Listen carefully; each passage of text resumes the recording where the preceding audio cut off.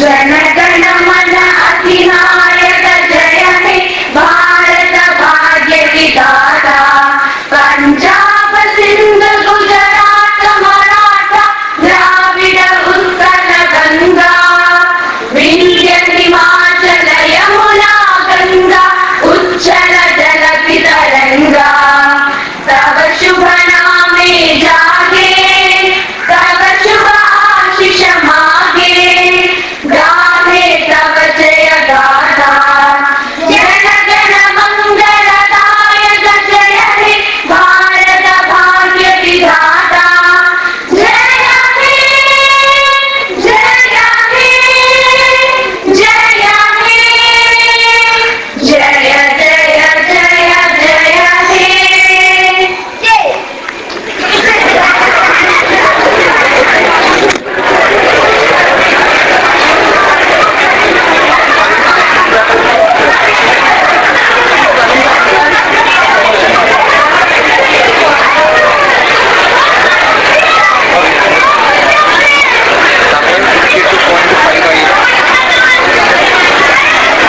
Please remain silent. Next, group number 2 on stage. Group number 2.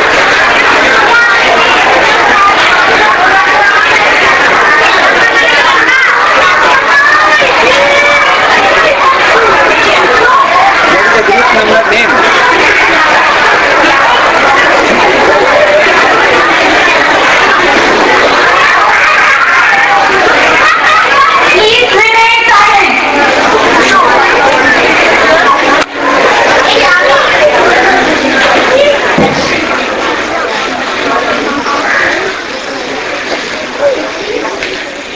Jana Gana मन अधिनायक जय हे भारत भाग्य विधाता पंजाब सिंध गुजरात मराठा द्राविड उत्कल गंगा विंध्य हिमाचल यमुना गंगा उच्चल जलधि तरंगा तव शुभ नामे जागे तव शुभ आशीष मागे गाहे तव जय गाथा जन गण मंगलदायक जय हे भारत भाग्य विधाता जय हे जय हे जय हे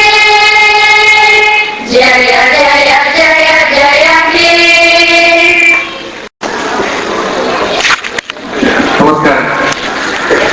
നമസ്കാരം നമസ്കാരം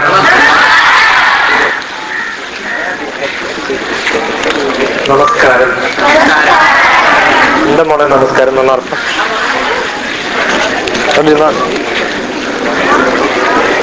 ആർക്കെങ്കിലും പറയാമോ നമസ്കാരം എന്നുള്ളതിന്റെ അർത്ഥം ആരെങ്കിലും തമിഴില് ട്രാൻസ്ലേറ്റ് ചെയ്ത അർത്ഥം നൽകിയാണ്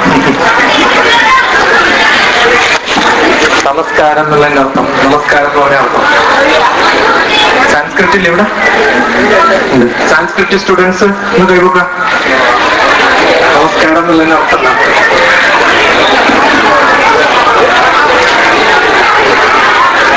നമസ്കാരം എന്നുള്ളതിന്റെ അർത്ഥം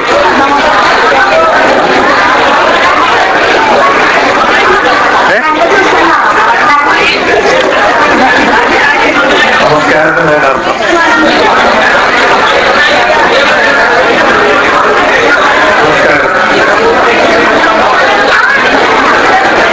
ഈ പ്രേയർ ചെല്ലിയ കുട്ടികളാണ് ഫസ്റ്റ് പ്രേയർ ചെല്ലിയ കുട്ടികളാണ് പ്രേയർ ചെല്ലിയാണ്ടായിരുന്നു ഫസ്റ്റ് പ്രേയർ ചെല്ലിയ കുട്ടികള് ആ പ്രേയറിന്റെ അർത്ഥം നമ്മളെ ഒരു 4 വാക്കിൽ അറിയോ അറിയില്ല ഇതാണ് നമ്മുടെ വിദ്യാഭ്യാസം ഞാൻ ഈ ഭാരതീയ വിദ്യാഭ്യാസ സ്കൂളിനെ കുറ്റം പറയല്ല ഞാൻ കഴിഞ്ഞ ഒരു വർഷം 125 സ്കൂൾസിൽ പോയിട്ടുണ്ട് 100,000 കുട്ടികളോട് സംസാരിച്ചിട്ടുണ്ട് കഴിഞ്ഞ ഒരു വർഷം ഇതാണ് കേരളത്തിന് പുറത്തുമുള്ള നമ്മുടെ വിദ്യാഭ്യാസം എല്ലാം ഒരു റിച്വൽസ് ഇപ്പോ പറയണ്ടായി റിച്വൽസിന് അർത്ഥമില്ല എന്നുള്ളത് പ്രയർ ഒരു റിച്വലാണ് ചെല്ലുന്ന കുട്ടികൾക്ക് അറിയില്ല അതിന്റെ അർത്ഥം നമ്മൾ കോമ്പറ്റീഷൻസ് നടത്തും, ഫസ്റ്റ് കിട്ടും, സെക്കൻഡ് കിട്ടും, പക്ഷെ അതിന്റെ അർത്ഥം എന്താണെന്ന് ചോദിച്ചാൽ അറിയില്ല. നമ്മൾ പറയുന്ന വാക്കുകളുടെ അർത്ഥം നമുക്കറിയില്ല. എല്ലാവരും ഒന്ന് കൈപോക്കുക, വലത്തെ കൈ, എന്നിട്ട് തലയിൽ വെക്കുക, എന്റെ കഷ്ടകാലം എന്ന് പറയാ. ഈ ലോകം അതാണ്. നമ്മൾ ചെയ്യുന്നത് എന്താണെന്ന് നമുക്കറിയില്ല, നമ്മൾ പറയണത് എന്താണെന്ന് നമുക്കറിയില്ല. അതിലാരാണ് പങ്ക് വഹിക്കണമെന്ന് ചോദിച്ചാൽ കുറ്റം പറയേണ്ടത് ടീച്ചേഴ്സിനെയാണ്. കഴിഞ്ഞ വർഷം 18 BEd കോളേജുകളിൽ പോയിട്ട് ക്ലാസ് എടുത്തു. 18 BEd കോളേജുകൾ കേരളത്തിൽ മാത്രം, കേരളത്തിന് പുറത്ത് MEd BEd ഉള്ള കോളേജുകളിൽ. കഷ്ടമാണ്. നമ്മൾ മാർക്ക് കിട്ടാൻ വേണ്ടി കുട്ടികളെ പഠിപ്പിക്കുക എന്നുള്ളതാണ് നമ്മുടെ ലക്ഷ്യം എന്നുള്ളതാണ്. ഞാൻ ഒരു സൈക്കോതെറാപ്പിസ്റ്റാണ്. ഇന്നലെ രാത്രി എനിക്ക് കിട്ടിയ ഒരു ഇമെയില് 3 പേജുള്ള ഒരു ഇമെയിലാണ്. ICICI ബാങ്കില് നല്ല ജോലി കിട്ടിയിട്ടുള്ള ഒരു സ്ത്രീയുടെ, ബോംബെയിൽ നല്ലൊരു ഫ്ലാറ്റ് ഉണ്ട്, ഹസ്ബൻഡ് പൈലറ്റാണ്, പക്ഷെ വീട്ടിൽ സമാധാനമില്ല. എന്ത് ചെയ്യണം എന്ന് ചോദിച്ചിട്ടുള്ള ഇമെയില്. രാത്രി ഒരു കുറെ സമയം ഇരുന്ന് വായിച്ചിട്ട് എന്താ പറയാ എന്ന് ആലോചിച്ച് വിഷമിച്ചിരിക്കുകയാണ്. നമ്മളൊക്കെ മനുഷ്യന്മാരെ, നമുക്ക് ജീവിതത്തിൽ ഏറ്റവും ആവശ്യമുള്ള കാര്യം എന്താണ്? ടീച്ചർക്ക് എന്താ വേണ്ടത്? സോറി, പീസാണ് വേണ്ടത്, സമാധാനം വേണ്ടതെന്ന്. എത്ര പേർക്ക് സമാധാനം വേണം?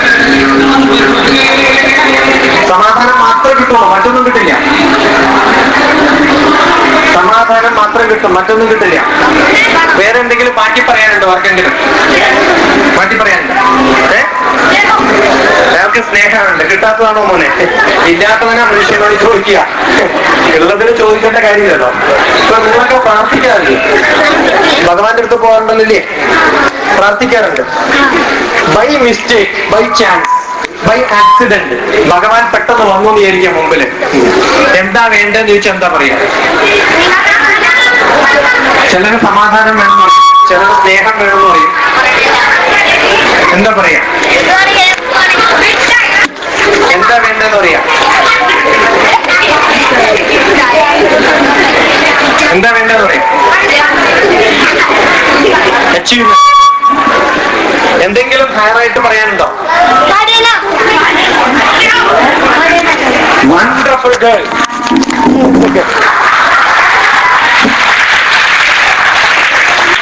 ടീച്ചേഴ്സിന്റെയും സ്റ്റുഡൻസിന്റെയും ഇടയിൽ എന്താണ് വേണ്ടത് എന്ന് ചോദിക്കുമ്പോൾ മനസ്സമാധാനം വേണം എന്ന് പറയുന്നവരും, സന്തോഷം വേണം, സ്നേഹം വേണം എന്ന് പറയുന്നവര് കുട്ടികളും ടീച്ചേഴ്സും ആവാൻ യോഗ്യരല്ല. വിദ്യാഭ്യാസമാണ് വേണ്ടത്. ഈ കൂട്ടത്തിൽ ആകെ ഒരു ബ്രാഹ്മൺ കുട്ടിയുള്ളൂ, അതിനാണ്. വിഷ്ണു സഹസ്രനാമം ചൊല്ലുമ്പോ ഒരു ചോദ്യം ചോദിക്കാറുണ്ട്. പിന്നെ ധർമ്മപുത്രരോട് വിഷ്ണു സഹസ്രനാമം പഠിപ്പിക്കുന്ന സമയത്ത് ആരാ ധർമ്മപുത്രർക്ക് വിഷ്ണു സഹസ്രനാമം പഠിപ്പിച്ചു കൊടുത്തത്? ആരാ പഠിപ്പിച്ചു കൊടുത്തത്? ഒരു ഡൺലപ്പ് ബെഡിൽ കിടന്നിട്ട് ഒരാൾ പറഞ്ഞു കൊടുക്കുന്നുണ്ട്, ശരശൈലിയിൽ കിടന്നിട്ട്. ആരാതെ? ഭീഷ്മര് ധർമ്മപുത്രർക്ക് പറഞ്ഞു കൊടുക്കുമ്പോ ധർമ്മപുത്ര തിരിച്ചൊരു ചോദ്യം ചോദിക്കുന്നുണ്ട്, ഇത് എന്തിനു വേണ്ടി ആര് ചൊല്ലണം എന്നുള്ളത്. അപ്പൊ അതിനുത്തരം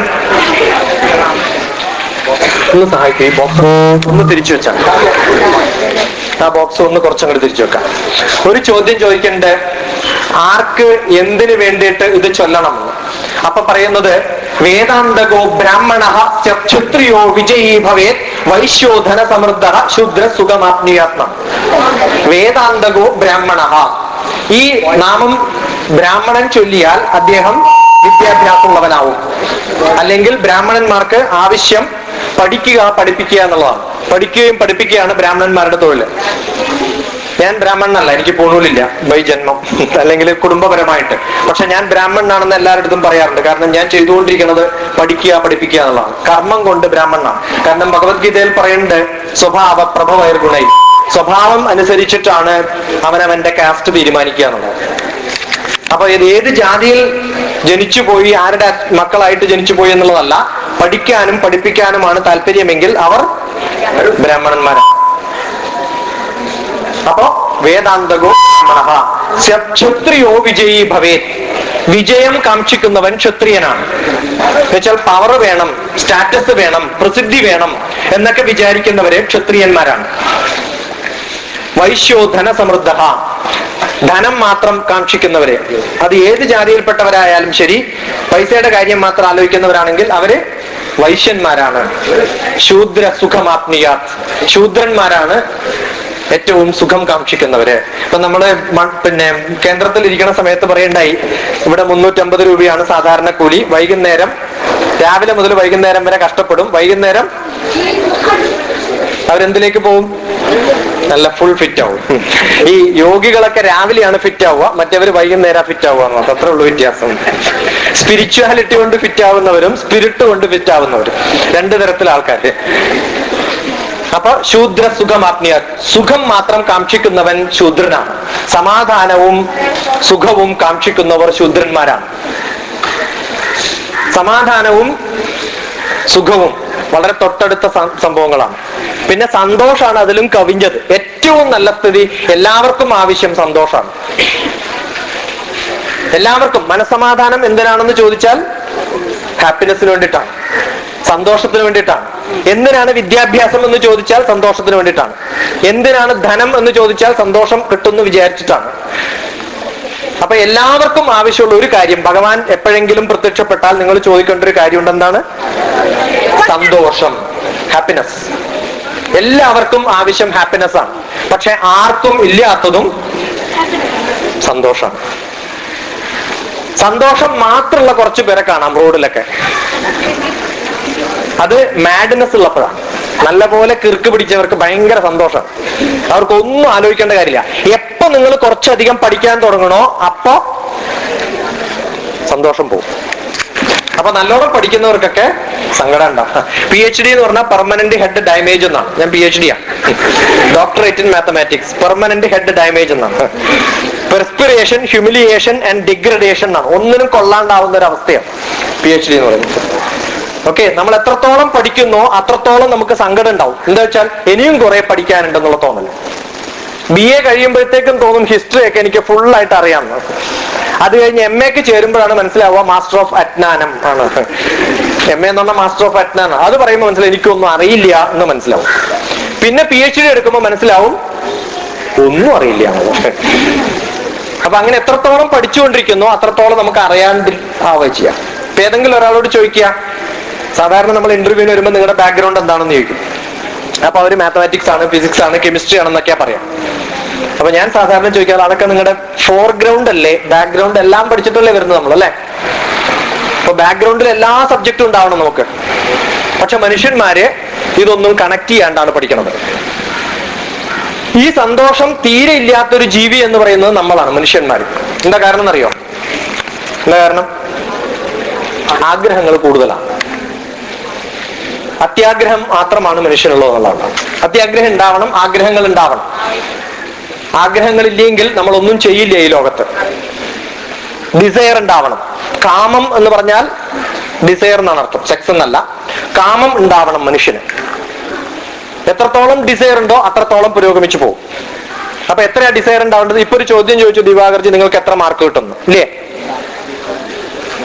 100% മാർക്ക് കിട്ടുമെന്ന് പറയാൻ നിങ്ങൾക്ക് പറ്റുന്നില്ല. കാരണം എന്താ വെച്ചാൽ ആ ഡിസയർ ഇല്ല.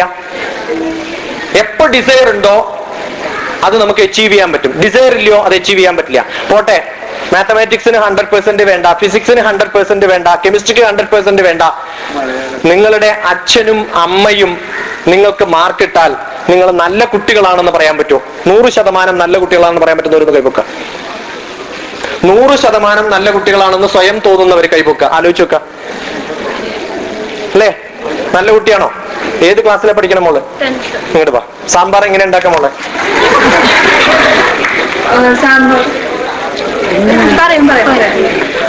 ആദ്യം പരിപ്പ് കഴിക്കാം. സാമ്പാറിൽ കായിട്ടോ? കായിടും. എങ്ങനെ ചട്നി ഉണ്ടാക്കാന്നറിയാം? എന്ത് ചെമ്മീൻ ചട്നിയാണോ? അല്ല അല്ല, തേങ്ങാ ചട്നി. ഓക്കെ. മാങ്ങ ഇടും അതിനകത്ത്?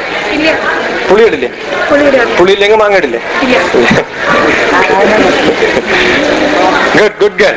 ഭക്ഷണം ഉണ്ടാക്കാറുണ്ടോ? Okay, that's the girl. അപ്പൊ നമ്മള് ജീവിതത്തില് എന്താ ആവേണ്ടതെന്ന് ചോദിച്ചാൽ മാത്തമാറ്റിക്സിൽ 100 കിട്ടിയിട്ട് കാര്യമില്ല, ഫിസിക്സിൽ 100 കിട്ടിയിട്ട് കാര്യമില്ല. നല്ല കുട്ടികളാവാൻ പറ്റുമോ? അച്ഛനും അമ്മക്കും പറയാൻ പറ്റുമോ, എനിക്കൊരു മോളുണ്ട്, ഇത്ര നല്ല മോള് ലോകത്തിൽ എവിടെ ഉണ്ടാവില്ല, എനിക്കൊരു മോനുണ്ട്, ഇത്ര നല്ല മോൻ എവിടെ ഉണ്ടാവില്ല എന്ന് പറയാൻ പറ്റുമോ നിങ്ങളുടെ അച്ഛനും അമ്മയ്ക്കും? പറ്റുമോ? പറ്റില്ല. എന്നാ വലത്തെ കൈ പൊക്കുക, വലത്തെ കൈ പൊക്കുക എല്ലാരും. എന്നിട്ട് തലയിൽ കൈവെക്കുക, എന്റെ ജന്മം പോയി. പക്ഷേ നിങ്ങൾക്ക് സാധിക്കും. ഇന്നു മുതൽ 20 ദിവസം, ഓൺലി 20 days, ചെറിയൊരു പ്രിസ്ക്രിപ്ഷനാണ്. എന്തെങ്കിലും മാറ്റം ഉണ്ടോ അവന്റെ ജീവിതത്തില്? വേണ്ടേ? അല്ലേ? വേറെ അയൽവക്കക്കാർക്കൊന്നും പറഞ്ഞു കൊടുക്കണ്ട നമ്മൾ നല്ല ആളാണെന്ന് പറയണ്ട, വേറെ ആരും പറയണ്ട, ടീച്ചേഴ്സും പറയണ്ട. നല്ല മാർക്ക് കിട്ടിയ ടീച്ചേഴ്സ് പറയും നല്ല കുട്ടിയാന്ന് പറയും, അതും വേണ്ട, പോട്ടെ. അച്ഛനും അമ്മയും പറയണ്ടേ നല്ല കുട്ടികളാണെന്ന്? ഇല്ലേ? പറയാൻ പറ്റുമോ? ഒന്ന് ശ്രമിച്ചു നോക്കിയാൽ പറ്റില്ലേ? ഇല്ലേ? എല്ലാ കാര്യത്തിലും അച്ഛനെയും അമ്മയെയും സഹായിക്കുക, ഏറ്റവും നല്ല സ്വഭാവത്തോടുകൂടി പെരുമാറുക. തൊട്ടടുത്ത അയൽവക്കത്ത് എല്ലാവരും പറയാ ആ കുട്ടിയെ കണ്ടുപിടിക്കുക, എത്ര നല്ല കുട്ടിയാ അറിയും. പറ്റില്ലേ പറയാ? അപ്പൊ എല്ലാ ദിവസവും രാത്രി കിടന്നുറങ്ങുമ്പോ കൈപൊക്കുക, ഇത് നല്ല കാര്യമാണ്, ചിത്തേട്ടില്ല, കൈപൊക്കുക, ബാക്കിൽ തട്ട് ഇങ്ങനെ, എന്നിട്ട് പറയാ വെൽ ഡൺ. നമ്മൾ നല്ലത് ചെയ്താൽ എല്ലാരും പറയില്ലേ നല്ലതാണെന്ന്? ഇല്ലേ? ആര് പറഞ്ഞാലും പറഞ്ഞിട്ടില്ലെങ്കിലും കുഴപ്പമില്ല, അവനവന് പറയാൻ പറ്റണം രാത്രി കിടന്നുറങ്ങുമ്പോ, എന്ത്, ഞാൻ ഇന്ന് നല്ല കാര്യമാണ് ചെയ്തത്. ഇന്ന് വൈകുന്നേരം എനിക്ക് പറയാൻ പറ്റും ഞാൻ നല്ല കാര്യമാണ് ചെയ്തത്, കാരണം രാവിലെ മുതൽ ഈ ഒരു സ്കൂളിൽ വന്ന് ഇത്രയും കുട്ടികളോട് സംസാരിക്കാൻ പറ്റി, വലിയൊരു കാര്യം. അപ്പൊ എനിക്കിന്ന് വൈകുന്നേരം പറയാൻ പറ്റും ഇന്നത്തെ ദിവസം ഞാൻ എന്തായി, നല്ല കുട്ടിയായി ജനിച്ചു, നല്ല കുട്ടിയായി ജീവിച്ചു. ഇല്ലേ? എന്റെ മകൻ 10ാം ക്ലാസ്സിലാണ് പഠിക്കണം. അപ്പൊ അവൻ അഭിമാനം തോന്നും, അച്ഛൻ ഇങ്ങനെ ഒരു സ്കൂളിൽ പോയിട്ട് സംസാരിച്ചു. ഭാരതീയ വിദ്യാഭവനിലാണ് പഠിക്കണം, സൈനിക് പുരിയിൽ, ഹൈദരാബാദിലാണ് പഠിക്കണം. ഞാൻ ഹൈദരാബാദിലാണ് സെറ്റിൽഡാണ്, ഇപ്പൊ ഡൽഹിയിലാണ്. അപ്പൊ നമുക്ക് ഓരോരാൾക്കും സാധാരണ ആൾക്കാർ ചെയ്യുന്നതിനേക്കാളും കുറച്ച് മാറി, കുറച്ച് നന്നായിട്ട് എന്തെങ്കിലും ചെയ്യാൻ പറ്റുന്ന സമയത്ത് കിട്ടുന്നൊരു സന്തോഷം വലിയ സന്തോഷമായിരിക്കും. അല്ലേ? സാധാരണ മൃഗങ്ങൾക്കില്ലാത്തൊരു കഴിവ് നമുക്കുണ്ട്, എന്താന്ന് പറയാൻ പറ്റുമോ? ബുദ്ധി പല മൃഗങ്ങൾക്കും ഉണ്ട്, സംസാരശേഷി പല മൃഗങ്ങൾക്കും ഉണ്ട്, ചിന്തിക്കാനുള്ള കഴിവ് പല മൃഗങ്ങൾക്കും ഉണ്ട്, ഡിസയർ പല മൃഗങ്ങൾക്കും ഉണ്ട്, വിവേകമുണ്ട്. ഒരു പട്ടി വീട്ടിലുള്ള ആളെയും പുറത്തുള്ള ആളെയും തിരിച്ചറിയാനുള്ള കഴിവ്, വിവേകം എന്ന് പറഞ്ഞാൽ തിരിച്ചറിവാണ്, അതുണ്ട് നന്നായിട്ട്. ചിരിക്കാൻ പറ്റും, കഴുതിയൊക്കെ എത്ര ബെസ്റ്റ് ആയിട്ട് ചിരിക്കും. ഓരോ കഴിവുകളും എടുത്താൽ നമ്മളെക്കാളും കഴിവുള്ള ജീവികളെ നമുക്ക് ചുറ്റുവട്ടവും ഇഷ്ടം പോലെ കാണാൻ പറ്റും. നമ്മളെക്കാളും ശക്തിയുള്ള ജീവികള്, നമ്മളെക്കാളും വെയിറ്റ് ഉള്ളത് കൊണ്ടല്ല, നമ്മളെക്കാളും ശക്തിയുണ്ട് ഒരു ഉറുമ്പിന്. ഒരു ഉറുമ്പിന് നമ്മളെക്കാളും ശക്തിയുണ്ട്. കാരണം എന്താ? ഉറുമ്പിന്റെ വെയിറ്റിനെക്കാളും 10 മടങ്ങ് വെയിറ്റ് ഉള്ള ഒരു അരി മണി എടുത്തിട്ട് നടക്കാൻ പറ്റും. നമുക്ക് ആർക്കെങ്കിലും പറ്റുമോ നമ്മളെക്കാളും 10 മടങ്ങ് വെയിറ്റ് ഉള്ള സാധനം എടുത്ത് നടക്കാൻ? പറ്റുമോ? അപ്പൊ ഉറുമ്പിനെക്കാളും ശക്തി നമുക്കുണ്ടോ? ഇല്ല. നമ്മളെക്കാളും ശക്തി ഉറുമ്പിനുണ്ട്. നമ്മളൊക്കെ ശാസ്ത്രജ്ഞന്മാരാണ്. ഞാൻ സ്പേസ് ഡിപ്പാർട്ട്മെന്റിലെ സയന്റിസ്റ്റ് ആണ്. സാറ്റലൈറ്റ് ടെക്നോളജിയാണ് ഞങ്ങളുടെ ടെക്നോളജി. അപ്പൊ നമ്മൾ തമാശക്ക് പറയാറുണ്ട്, ഇവിടെ മഴ പെയ്യുമെന്ന് പറഞ്ഞാൽ പാകിസ്ഥാനിൽ പെയ്യാം. അത്രയും കറക്റ്റ് ആയിട്ട് നമ്മൾ പറയും. നമ്മൾ എത്ര ടെക്നോളജി ഉപയോഗിച്ചാലും നമുക്ക് അത്രയൊക്കെ പറയാൻ സാധിക്കുള്ളൂ. പക്ഷേ നിങ്ങൾ സാധാരണ ഇവിടെയൊക്കെ നടക്കുന്ന ആടില്ലേ, ആ ആടിനെ പിടിച്ചുകൂടെ കെട്ടാം. ഉച്ചക്ക് 1 മണിക്ക് മഴ പെയ്യാൻ തുടങ്ങണം, ഇപ്പൊ കരയാൻ തുടങ്ങും. ഒരു 3-4 മണിക്കൂർ കഴിഞ്ഞ് മഴ പെയ്യാൻ വരുന്നുണ്ടെന്ന് അതിനറിഞ്ഞാൽ അതിനറിയും. ആ സമയത്ത് അത് ഒളിച്ച് എവിടെയെങ്കിലും ഒരു മൂലക്ക് പോയി നിൽക്കണതാണ്. കാരണം ആടിന് മനുഷ്യന്മാരെക്കാളും ക്ലൈമറ്റ് പ്രൊഡിക്ഷനിലുള്ള വിവരമുണ്ട്. സുനാമിയിൽ കുറെ മനുഷ്യന്മാർ മരിച്ചു, പക്ഷേ ഏതെങ്കിലും മൃഗങ്ങൾ മരിച്ചോ? പെറ്റ് ആനിമൽസ് കെട്ടിയിട്ടുള്ള മൃഗങ്ങൾ മാത്രമേ മരിച്ചിട്ടുള്ളൂ, ബാക്കി എല്ലാ മൃഗങ്ങളും രക്ഷപ്പെട്ടു.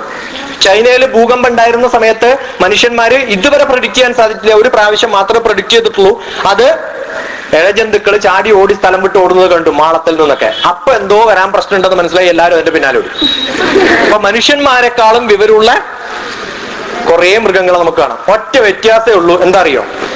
ഒരു മൃഗങ്ങളും സ്കൂൾസ് നടത്താറില്ല, ഒരു മൃഗവും പ്രഭാഷണം നടത്തില്ല, കുറെ മൃഗങ്ങൾ ഇരുന്ന് കേൾക്കാറില്ല. അതേപോലെ ഒറ്റ വ്യത്യാസമേ ഉള്ളൂ. ബാക്കി എല്ലാം നോക്കിക്കഴിഞ്ഞാൽ നമ്മളെക്കാളും ഭേദമാണ് മൃഗങ്ങൾ. ആഹാര നിദ്ര ഭയ മൈഥുനാനി സമാനി ചൈതാനി നൃണാം പശൂനാം ജ്ഞാനം നരാണാം അധികോ വിശേഷോ ജ്ഞാനേഭിഹീന പശുഭി സമാന. ആഹാരം നമ്മളും കഴിക്കും, മൃഗങ്ങളും കഴിക്കും. നിദ്ര നമ്മൾ കുറച്ച് കൂടുതൽ ഉറങ്ങും, മൃഗങ്ങൾ കുറവുറങ്ങും. അത്രേ ഉള്ളൂ വ്യത്യാസം.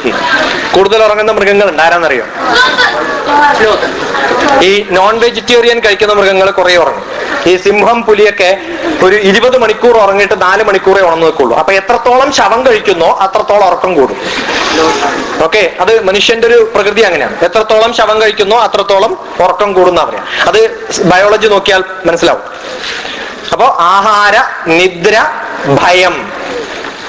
മൃഗങ്ങൾക്കും ഭയമുണ്ട്, മനുഷ്യനും ഭയമുണ്ട്. പട്ടി കുരക്കണത് നമ്മളെ കണ്ടിട്ട് പേടിച്ചിട്ടാ, നമ്മൾ പേടിച്ചു നിൽക്കുന്നത് പട്ടിയെ കണ്ടിട്ടും. നേരെ തിരിച്ച്, രണ്ടിനും ഭയമാണ്. അതിൽ ഏറ്റവും കൂടുതൽ ഭയം മനുഷ്യന്മാർക്കാണ്. ഇത്രയുള്ള വ്യത്യാസം. ആഹാര നിദ്ര ഭയ മൈഥുനാനി. മൈഥുനം എന്ന് പറഞ്ഞാൽ സെക്സ്. അത് ഏറ്റവും കൂടുതലുള്ളത് മനുഷ്യനാണ്. ബാക്കി മൃഗങ്ങൾക്ക് കുറച്ച് കുറവാണ്. ആഹാര നിദ്രാഭയ മൈഥുനാനി സമാനി ചൈതാനി നൃണാം പശുനാം. നൃണം മനുഷ്യൻ, പശു എന്ന് പറഞ്ഞ ആനിമൽ. ഇത് രണ്ടും ഈക്വലാണ്. എപ്പോ? ഇത് എഴുതിയ കാലത്ത്.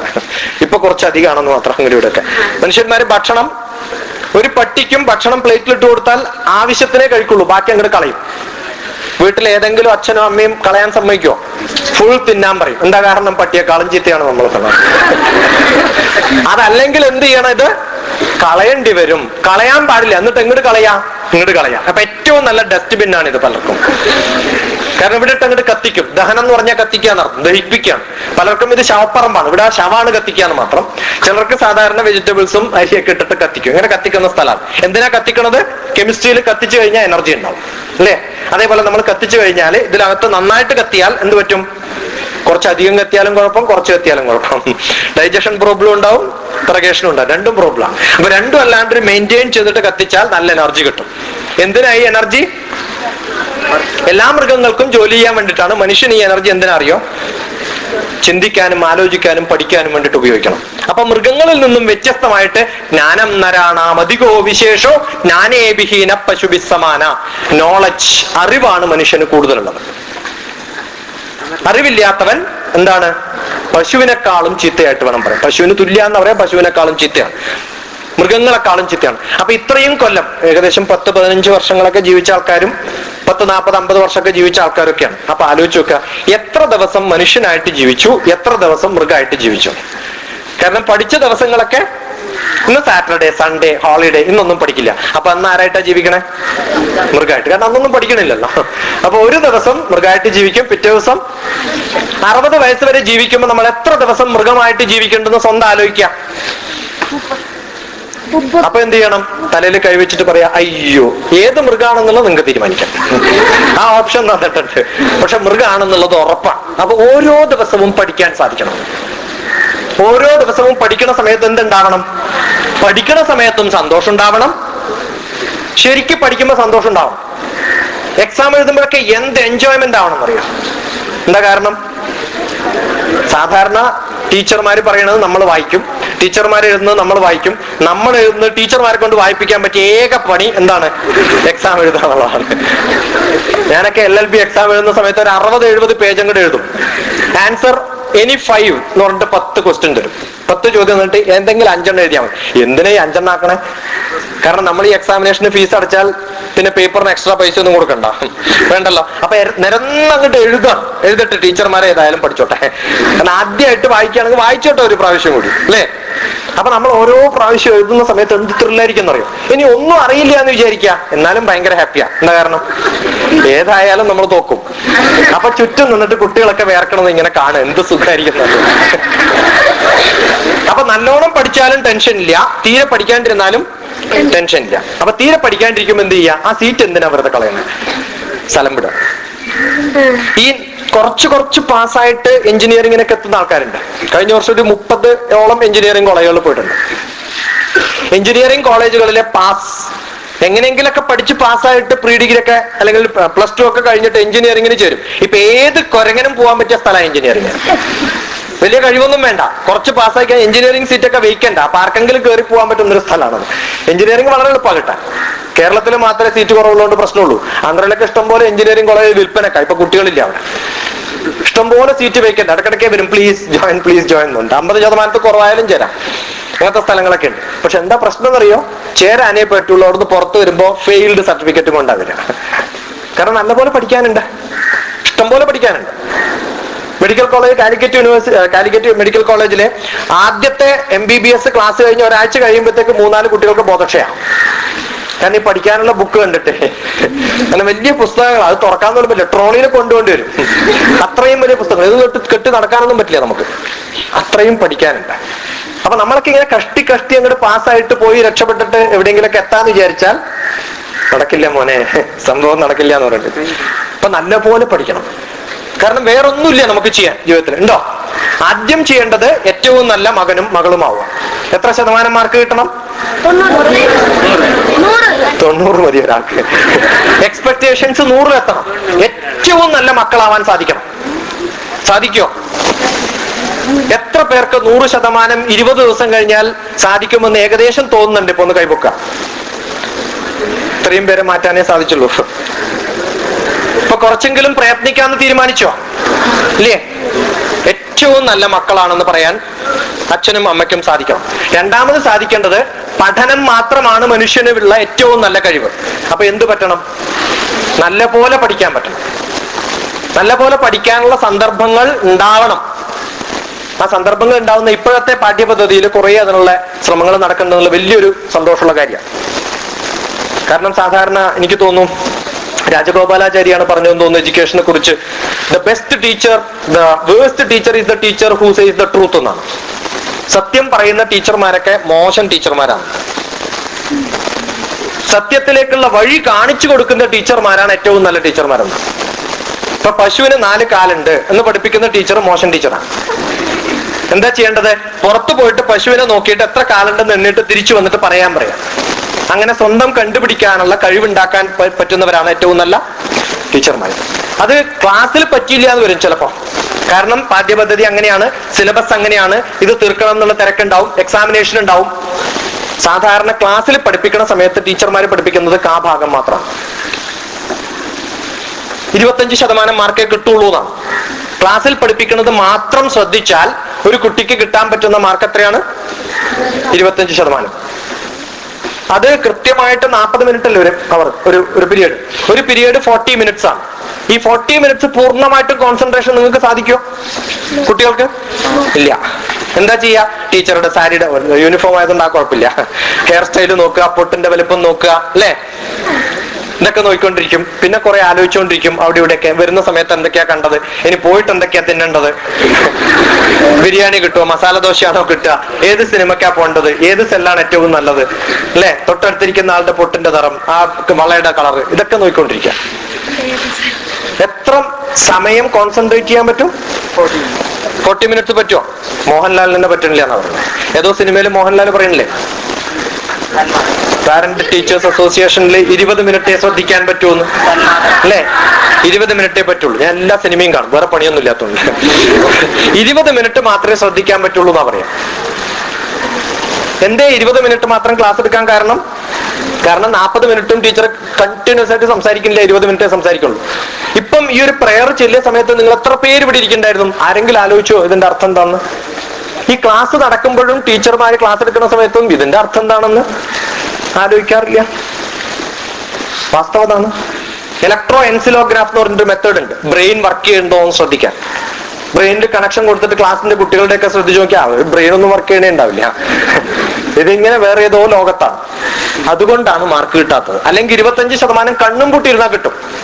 ഏറ്റവും നല്ല മാഷ് പഠിപ്പിച്ചാൽ ഒന്നും പഠിക്കാതിരുന്നാലും ബാക്കി സമയം ഫുൾ വെറുതെ വേസ്റ്റ് ചെയ്താലും 25 മാർക്സ് ഔട്ട് ഓഫ് 100 ഗ്യാരണ്ടീഡ് ആണ്. ക്ലാസ്സിൽ മാത്രം ശ്രദ്ധിച്ചാൽ മതി. ഏതായാലും സ്കൂൾ വരെ വരുന്നുണ്ടില്ലേ, ഈ വേഷമൊക്കെ കെട്ടിട്ട് വരുന്നില്ലേ? ഏതായാലും ടീച്ചർമാര് പഠിപ്പിക്കാൻ വരുന്നുണ്ട് വേഷമൊക്കെ കെട്ടിയിട്ട്. എത്രയോ കഷ്ടപ്പെട്ടിട്ട് ഇതൊക്കെ പഠിപ്പിക്കുന്നുണ്ട്. ഒരു സ്ട്രക്ചർ ഉണ്ടാക്കിയിട്ടുണ്ട്, ബിൽഡിംഗ് ഉണ്ടാക്കിയിട്ടുണ്ട്, അച്ഛനും അമ്മയും നിങ്ങളെ പറഞ്ഞു വിടുന്നുണ്ട്. ആ കുറച്ച് സമയം വേറെ ഒന്നും ശ്രദ്ധിക്കാതെ ക്ലാസ്സിൽ മാത്രം ശ്രദ്ധിച്ചിരുന്നൂടെ? ഇല്ലേ? അങ്ങനെ ശ്രദ്ധിച്ച എത്ര മാർക്ക് ഗ്യാരണ്ടി? 25 മാർക്ക് കിട്ടി. ഇനി ബാക്കിയുള്ള 75 കിട്ടാനുള്ള മെത്തേഡ് പറഞ്ഞുതരാം. ആചാര്യ പദമാദത്തെ, പാദം എന്ന് പറഞ്ഞാൽ കാഭാഗം. ആചാര്യ പഠിപ്പിക്കുന്ന ആളുടെ അടുത്ത് നിന്ന് കാഭാഗം കിട്ടണം. അങ്ങനെയാണ് ശാസ്ത്രം. പണ്ടും അങ്ങനെയാണ്, ഇപ്പോഴും അങ്ങനെയാണ്. ആചാര്യാത് പാദമാദത്തെ. അതെന്തുകൊണ്ടാണ് കാഭാഗായതെന്ന് ടീച്ചേഴ്സിന് ക്ലാസ് എടുക്കുമ്പോൾ പറഞ്ഞു കൊടുക്കാറുണ്ട്. അത് കൂട്ടാൻ പറ്റുമോ, അതിനുള്ള മെത്തേഡ് എന്താണെന്ന് ടീച്ചേഴ്സിനെ പഠിപ്പിക്കാം. അത് പഠിപ്പിക്കാറുണ്ട് സെപ്പറേറ്റ് ആയിട്ട്. ഓക്കെ. ആചാര്യാത് പാദമാദത്തെ. പാദം ശിഷ്യസ്വമേധയ.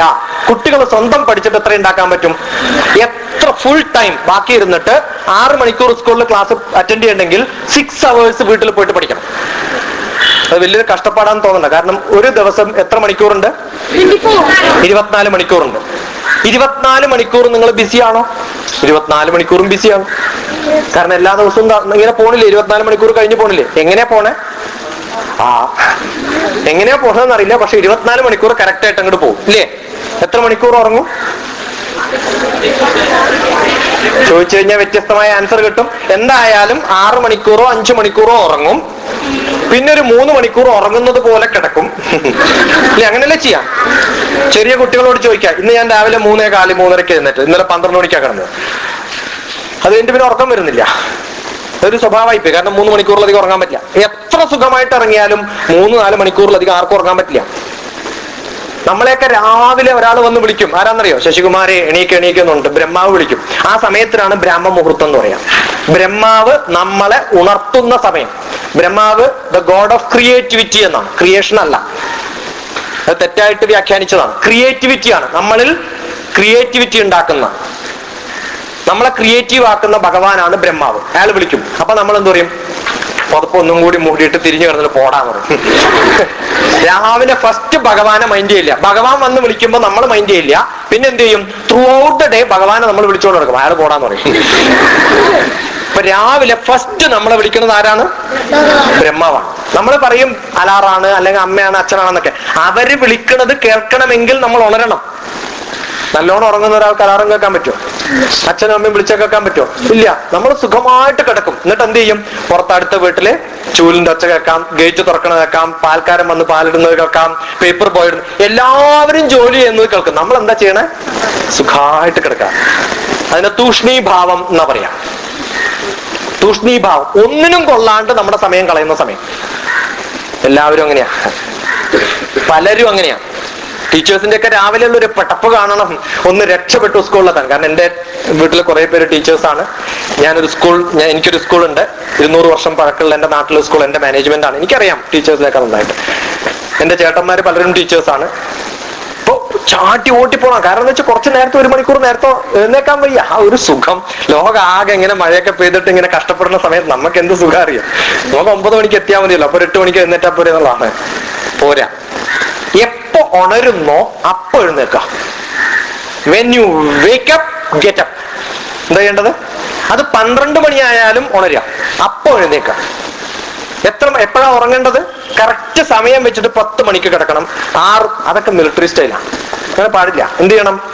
എപ്പോ ഉറക്കം വരുന്നോ അപ്പൊ ഉറങ്ങുക. എപ്പോ ഉണരുന്നോ അപ്പൊ എഴുന്നേക്കുക. ഒന്ന് പരിശ്രമിച്ചു നോക്കുക 20 ദിവസം. എന്നിട്ട് എന്ത് ചെയ്യണം? പിറ്റേ ദിവസം പഠിക്കാൻ പോണ കാര്യവും തലേ ദിവസം പഠിച്ച കാര്യവും ഒന്നുകൂടി ഒന്ന് വായിക്കാം. അതാണ് സ്വന്തം ചെയ്യേണ്ട കാര്യം. അത് കഴിഞ്ഞിട്ട് ബാക്കി ഡേ ടൈമിലൊക്കെ എൻജോയ് ചെയ്യാം. ബാക്കി വീട്ടിൽ ആൾക്കാരുള്ള സമയത്ത് അവരോട് സംസാരിച്ചിരിക്കാം. കാരണം അച്ഛനും അമ്മയും കിടന്നുറങ്ങാണെന്ന് വിചാരിക്കാം, അല്ലെങ്കിൽ അവരവരുടെ പണി ചെയ്യാന്ന് വിചാരിക്കാം. ആ സമയത്ത് നമുക്ക് എന്ത് ചെയ്യാം? നല്ല സീരിയലൊന്നും രാവിലെ 3 മണിക്ക് വരില്ലല്ലോ, ഇല്ല. അപ്പൊ അത് കാണാൻ നമുക്ക് സമയം ഉണ്ടാവും. എപ്പോ? വൈകുന്നേരം തിരിച്ചു വന്നാല്. അതൊന്നും കാണണ്ടെന്ന് ഞാൻ പറഞ്ഞില്ല. സിനിമ കാണണം, എല്ലാ എന്റർടൈൻമെന്റും വേണം. പക്ഷെ ആരുടെയും ശല്യമില്ലാതെ ഏറ്റവും നല്ല സമയം നിങ്ങൾക്ക് എപ്പോഴാണെന്ന് നിങ്ങൾ കണ്ടുപിടിക്കണം. എന്റെ ഒരു പ്രൊഫസർ ഉണ്ടായിരുന്നു കൊച്ചിൻ യൂണിവേഴ്സിറ്റിയിൽ ഞാൻ പഠിക്കുന്ന സമയത്ത്. ആ പ്രൊഫസർ രാത്രി ഏകദേശം ഒരു 11:30-12 മണിയാകുമ്പോൾ നാഷണൽ ഹൈവേയിൽ ഇങ്ങനെ നടക്കും. അപ്പോഴാണ് അയാൾക്ക് റിസർച്ച് വരിക, മാത്തമാറ്റിക്സ് വരിക. ഓരോരാൾക്ക് ഓരോ ശീല. അപ്പൊ എന്താണോ നമുക്ക് ഇഷ്ടപ്പെട്ട സമയം, അങ്ങനെ ഇഷ്ടപ്പെട്ട സമയം ഉണ്ടാവും. അത് രാവിലെ ആയാലും രാത്രി ആയാലും എപ്പോഴായാലും കുഴപ്പമില്ല. അവനവൻ കണ്ടുപിടിക്കുക, ആ സമയത്ത് ഇരുന്ന് പഠിക്കുക. അങ്ങനെ ഒരു 6 മണിക്കൂറെങ്കിലും ജീവിതത്തിൽ, 24 മണിക്കൂറിൽ 8 മണിക്കൂർ ഉറങ്ങിക്കുള്ളൂ, എന്നാലും സാരില്ല. ബാക്കി 16 മണിക്കൂറുണ്ട്. അതിൽ 6 മണിക്കൂർ സ്കൂൾസിൽ ചെലവഴിക്കുന്നുണ്ടാവും. ഒരു 2 മണിക്കൂർ ട്രാവല്, കുശുമ്പ്, കുബുദ്ധി, പരദൂഷണം, കുനിഷ്ട് എല്ലാം കൂട്ടി കുറച്ചാലും ഒരു 2 മണിക്കൂർ അതിന് കളയാം. ഇനി കുളിച്ച് മേക്കപ്പ് ചെയ്ത് പൊട്ട് തൊട്ട് ഇതൊക്കെ ഉണ്ട്. ഇതിനൊക്കെ സമയം കളഞ്ഞാലും എത്ര സമയം വേണം? 1 മണിക്കൂർ വേണം. തിന്നാൻ എത്ര സമയം വേണം? ഏതെങ്കിലും അച്ഛനും അമ്മയും പറയാറുണ്ടോ, മോളെ പതുക്കെ ഭക്ഷണം കഴിക്കട്ടോന്ന്? തിന്നിട്ട് വേഗം എഴുന്നേറ്റ് പോകാൻ പറയും അല്ലേ? ഇതെങ്ങനെ? അച്ഛനും അമ്മയൊക്കെ എത്ര 2 മണിക്കൂറൊക്കെ കഷ്ടപ്പെട്ടിട്ടാ കുക്ക് ചെയ്യുക. എന്നിട്ട് തിന്നാൻ എത്ര സമയം കൊടുക്കാറുണ്ടോ? വേഗം തീർക്കാൻ പറയും. കാരണം എന്താ ചെയ്യേണ്ടത്? വേഗം തീർക്കുക, എന്നിട്ട് വേഗം SSLC തീരുക, പിന്നെ വേഗം 10th 12th തീരുക, പിന്നെ വേഗം എഞ്ചിനീയർ ആവുക, പിന്നെ വേഗം കല്യാണം കഴിക്കുക, അത് കഴിഞ്ഞിട്ട് വേഗം വീടുണ്ടാക്കുക, പിന്നെ കുട്ടികൾ ഉണ്ടാക്കുക, പിന്നെ വേഗം മരിക്കുക, പിന്നെ ഡൈവേഴ്സ് ചെയ്യുക. ഇങ്ങനെ നിരത്തി തിരക്കോട് തിരക്കാണ് ജീവിതം. എപ്പോഴാ സന്തോഷിക്കുക? ഓരോ നിമിഷവും സന്തോഷിക്കണം. പഠിക്കണ സമയത്ത് ശരിക്കും എൻജോയ് ചെയ്ത് പഠിക്കുക, ശരിക്കും എൻജോയ് ചെയ്ത് പഠിക്കണം. ഓരോ സംഭവങ്ങളും വായിക്കണ സമയത്ത് ശരിക്കും എൻജോയ് ചെയ്യണം. ആ എൻജോയ് ചെയ്ത് പഠിക്കുമ്പോൾ ഉണ്ടാവുന്ന ഒരു സുഖം ഉണ്ടല്ലോ, അത് പിന്നെ മനസ്സിലാവുള്ളൂ. ഓരോ സമയത്തും നമ്മൾ എൻജോയ് ചെയ്ത് പഠിക്കാൻ തുടങ്ങിക്കഴിഞ്ഞാൽ ജീവിതത്തിൽ പഠനം എന്ന് പറയുന്നത് ഹാപ്പിനെസ് ആവും. അപ്പൊ 6 മണിക്കൂർ സ്വന്തം വീട്ടിലിരുന്നിട്ട് നല്ലോണം എൻജോയ് ചെയ്താൽ തിരിച്ച് ക്ലാസ്സിൽ എത്തുന്ന സമയത്ത് ഞാൻ സാധാരണ ചോദിക്കാറുണ്ട്, ഒരു സിനിമക്ക് നമ്മൾ പോവാന്ന് വിചാരിക്കേണ്ട, ഞാനും കൊണ്ടുപോയില്ല. ഞാൻ സിനിമക്ക് പോയി നേരിക്കാം എന്റെ സുഹൃത്തിന്റെ കൂടെ, അല്ലെങ്കിൽ നിങ്ങൾ നിങ്ങളുടെ സുഹൃത്തിന്റെ കൂടെ സിനിമക്ക് പോയി നേരിക്കാം. സിനിമ കഴിഞ്ഞ് പുറത്തിറങ്ങുമ്പോൾ നിങ്ങൾ എന്താ സംസാരിക്കാം? സിനിമയെ കുറിച്ച്. ഏതെങ്കിലും ക്ലാസ്സിൽ ഇരുന്നിട്ട് ക്ലാസ് കഴിഞ്ഞ ഉടനെ നിങ്ങൾ പഠിപ്പിച്ച കാര്യത്തെ കുറിച്ച് സംസാരിക്കാറുണ്ടോ? ഞാൻ ഒരു വറാന്തയിലും കേട്ടിട്ടില്ല. ഒരു വറാന്തയിലും, സ്കൂൾസിന്റെ ഒരു വറാന്തയിലും ഇത്തരം ഡിസ്കഷൻസ് നടക്കാറില്ല. അതാണ് ഏറ്റവും വലിയ സങ്കടം. ചില കുട്ടികൾ ഉണ്ടാവുമായിരിക്കും, വളരെ വിരളമായിട്ടേ കാണാൻ സാധിക്കുള്ളൂ. അപ്പൊ എന്ത് ചെയ്യണം? ഈ പഠിപ്പിക്കുന്നത് വളരെ ത്രില്ലിംഗ് ആണെന്ന് വിചാരിക്കാം, അല്ലെങ്കിൽ നമ്മൾ പഠിച്ചു എന്ന് വിചാരിക്കാം. തലേ ദിവസം കുറെ കാര്യങ്ങൾ പുതിയതായിട്ട് പഠിച്ചു. ടീച്ചേഴ്സ് പഠിപ്പിച്ചത് കൂടാതെ നല്ലപോലെ ജനറൽ ആയിട്ട് വായിക്കാനുള്ള കുറെ ഇൻഫർമേഷൻസ് ഉണ്ട്. പത്രം വായിക്കാൻ നന്നായിട്ട്, പത്രം വായിച്ചാലും കുഴപ്പമൊന്നുമില്ല. അത് കഴിഞ്ഞിട്ട് പിറ്റേ ദിവസം കുട്ടികളെ ക്ലാസ്സിൽ കാണുന്ന സമയത്ത് വായിച്ച കാര്യങ്ങൾ കുട്ടികളോട് പറയാം, അന്യോന്യം ഡിസ്കസ് ചെയ്യാം. ആചാര്യ പാദമാദത്തെ പാദം ശിഷ്യസ്വമേധയ പാദം സ ബ്രഹ്മചാരിഭ്യ. ബ്രഹ്മചാരിഭ്യ എന്ന് പറഞ്ഞാൽ തൊട്ടടുത്തിരിക്കുന്ന കൂട്ടുകാർ, ഫ്രണ്ട്സാണ്. ഫ്രണ്ട്സിന്റെ അടുത്ത് സംസാരിക്കുക. എന്താ സംസാരിക്കേണ്ടത്? പഠിക്കുന്ന വിഷയത്തെ കുറിച്ച് സംസാരിക്കുക. അങ്ങനെ ഡിസ്കസ് ചെയ്ത് കഴിഞ്ഞാൽ കാ ഭാഗം കിട്ടും. കാ ഭാഗം ടീച്ചേഴ്സ് പഠിപ്പിക്കുമ്പോൾ കിട്ടും, കാ ഭാഗം സ്വന്തം പഠിച്ചു കിട്ടും. പിന്നെ കാ ഭാഗം ആരാ പഠിപ്പിക്കുക? ഫ്രണ്ട്സ് അന്യോന്യം ഡിസ്കസ് ചെയ്യുമ്പോൾ തൊട്ടടുത്ത ആൾ നമ്മളെ പഠിപ്പിക്കും, നമ്മൾ അറിയുന്നവരെ പഠിപ്പിക്കുക. അപ്പൊ കാ ഭാഗം കിട്ടും. 75% ഗ്യാരണ്ടീഡ് ആണ്. പിന്നെ ബാക്കി 15%, 25% എന്ന് പറയുന്നത് നമ്മുടെ ഭാഗ്യം പോലെ, അത് നമ്മുടെ കയ്യിലല്ല. പാദം കാലക്രമേണ ച ആചാര്യ പാദമാദത്തെ പാദം ശിഷ്യസ്വമേധയ പാദം സ ബ്രഹ്മചാരിഭ്യ പാദം കാലക്രമേണ ച. ചില കോളേജിൽ പോയിട്ട് ഇതിങ്ങനെ പഠിപ്പിക്കാറുണ്ട്. അപ്പൊ പറഞ്ഞു, ആചാര്യ ക്വാർട്ടർ തരും. ബെസ്റ്റ് ആചാര്യൻ, ക്വാർട്ടർ തരുന്ന ആചാര്യൻ. പിന്നെ ബാക്കി ക്വാർട്ടർ സ്വന്തം അടിക്കുക, പിന്നെ ഫ്രണ്ട്സുമായിട്ട് ബാക്കി ക്വാർട്ടർ അടിക്കുക, പിന്നെ നിൽക്കാൻ പറ്റിയാൽ ബാക്കി ക്വാർട്ടർ, അങ്ങനെ ഫുൾ കാര്യമാണ്. അപ്പൊ മനുഷ്യൻ എന്ന് പറയുന്നത് നമ്മുടെ ചിന്തകൾ പോലെയാണ്. നമ്മൾ ഏത് കാര്യവും പഠിക്കുക. നമ്മുടെ ചിന്തകൾ നല്ലതായാൽ നമ്മൾ പഠിക്കുന്നതൊക്കെ നല്ലതാവും. നമ്മുടെ മനസ്സ് നന്നായാൽ നമ്മൾ പഠിക്കുന്നതൊക്കെ നല്ലതാവും. നമ്മുടെ മനസ്സ് ആദ്യം ക്ലീൻ ആവും. മനസ്സ് ഫുൾ ക്ലീൻ ആയി കഴിഞ്ഞാൽ പിന്നെ ബാക്കി പറയുന്നതൊക്കെ ആക്സെപ്റ്റ് ചെയ്യാൻ പറ്റും, പറയുന്നതൊക്കെ ചെയ്യാൻ പറ്റും, എന്തും ചെയ്യാൻ പറ്റും നമുക്ക്. ആരാ പറഞ്ഞറിയാം? ആദ്യത്തെ സൈക്കോളജിസ്റ്റ് നെപ്പോളിയൻ. ഭഗവാൻ, ആദ്യത്തെ സൈക്കോളജിസ്റ്റിന്റെ കാലാണിപ്പോ. നാളെയാണ് അവസാനിക്കാൻ പോണത്. ഈ ഒരു മാസം നമ്മളൊക്കെ വായിച്ചുകൊണ്ടിരിക്കുന്ന ഒരു പുസ്തകമുണ്ട്, രാമായണം. ആദ്യത്തെ സൈക്കിക് പേഷ്യന്റ് രാമൻ, ആദ്യത്തെ സൈക്കോളജിസ്റ്റ് വസിഷ്ഠൻ. രാമൻ ആകെ ടെൻഷൻ അടിക്കും. എല്ലാം പഠിച്ചു കഴിയുമ്പോഴാണ് രാജ്യം കാണാൻ നടക്കും രാമൻ. എന്നിട്ട് പറയും, അച്ഛൻ ഭരിക്കണമൊന്നും ശരിയില്ല കേട്ടോ. ആ വർണ്ണന കേട്ട് കഴിഞ്ഞാൽ നമുക്ക് തോന്നും നമ്മളാണ് ഇതിനേക്കാളും നല്ല സ്ഥലത്ത് ഇപ്പൊ ജീവിക്കണമെന്ന്. അത്രയും മോശമായിരുന്നു അവിടുത്തെ സ്ഥലം എന്നൊക്കെയാണ് രാമൻ പറയുന്നത്. എന്നിട്ട് ആകെ ഒരു വിഷമായിട്ട് പിന്നെ ഡ്രസ്സൊന്നും മാറ്റില്ല, കുളിക്കില്ല, അങ്ങനെ കഴിയുന്ന ഒരു കാലമുണ്ട് രാമൻ. അപ്പൊ വസിഷ്ഠം വിളിച്ചിട്ട് കുറച്ച് ക്ലാസ് എടുക്കും. അത് 18 ദിവസമാണ്. അതുകൊണ്ട് ഈ 18-20 ദിവസം ക്ലാസ് കേട്ടാൽ നന്നാവെന്ന് പറയും. ശരിക്കും ഇൻഡക്ഷൻ പ്രോഗ്രാം 18 ദിവസമാണ് വേണ്ടത്. ഞങ്ങൾ UGCയിലൊക്കെ ട്രെയിനിങ് സെന്ററിന്റെ ഡയറക്ടർ ആയിരുന്നു. ഞങ്ങളുടെ ക്ലാസ്സുകളൊക്കെ 21 ദിവസമാണ്. ഞാൻ 21 ദിവസം ടീച്ചേഴ്സിനെ പഠിപ്പിച്ചാൽ പിന്നെ ബെസ്റ്റ് ടീച്ചറായി മാറും. എല്ലാ കോച്ചിങ് ക്ലാസ്സുകളും 3 ആഴ്ചയാണ് കൊടുക്കാറ്. അത് വസിഷ്ഠന്റെ കാലത്ത് തുടങ്ങിയതാണ്.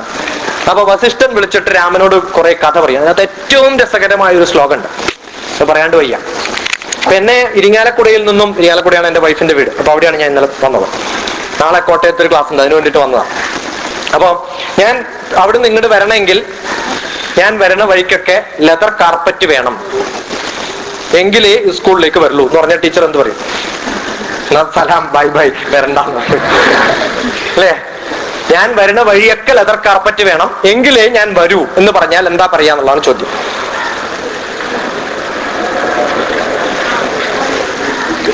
ഇതിനാണ് ബുദ്ധി വേണ്ടത്. നമുക്കില്ലാത്തതും വസിഷ്ഠൻ ഉണ്ടായിരുന്നതും ഇതാണ്.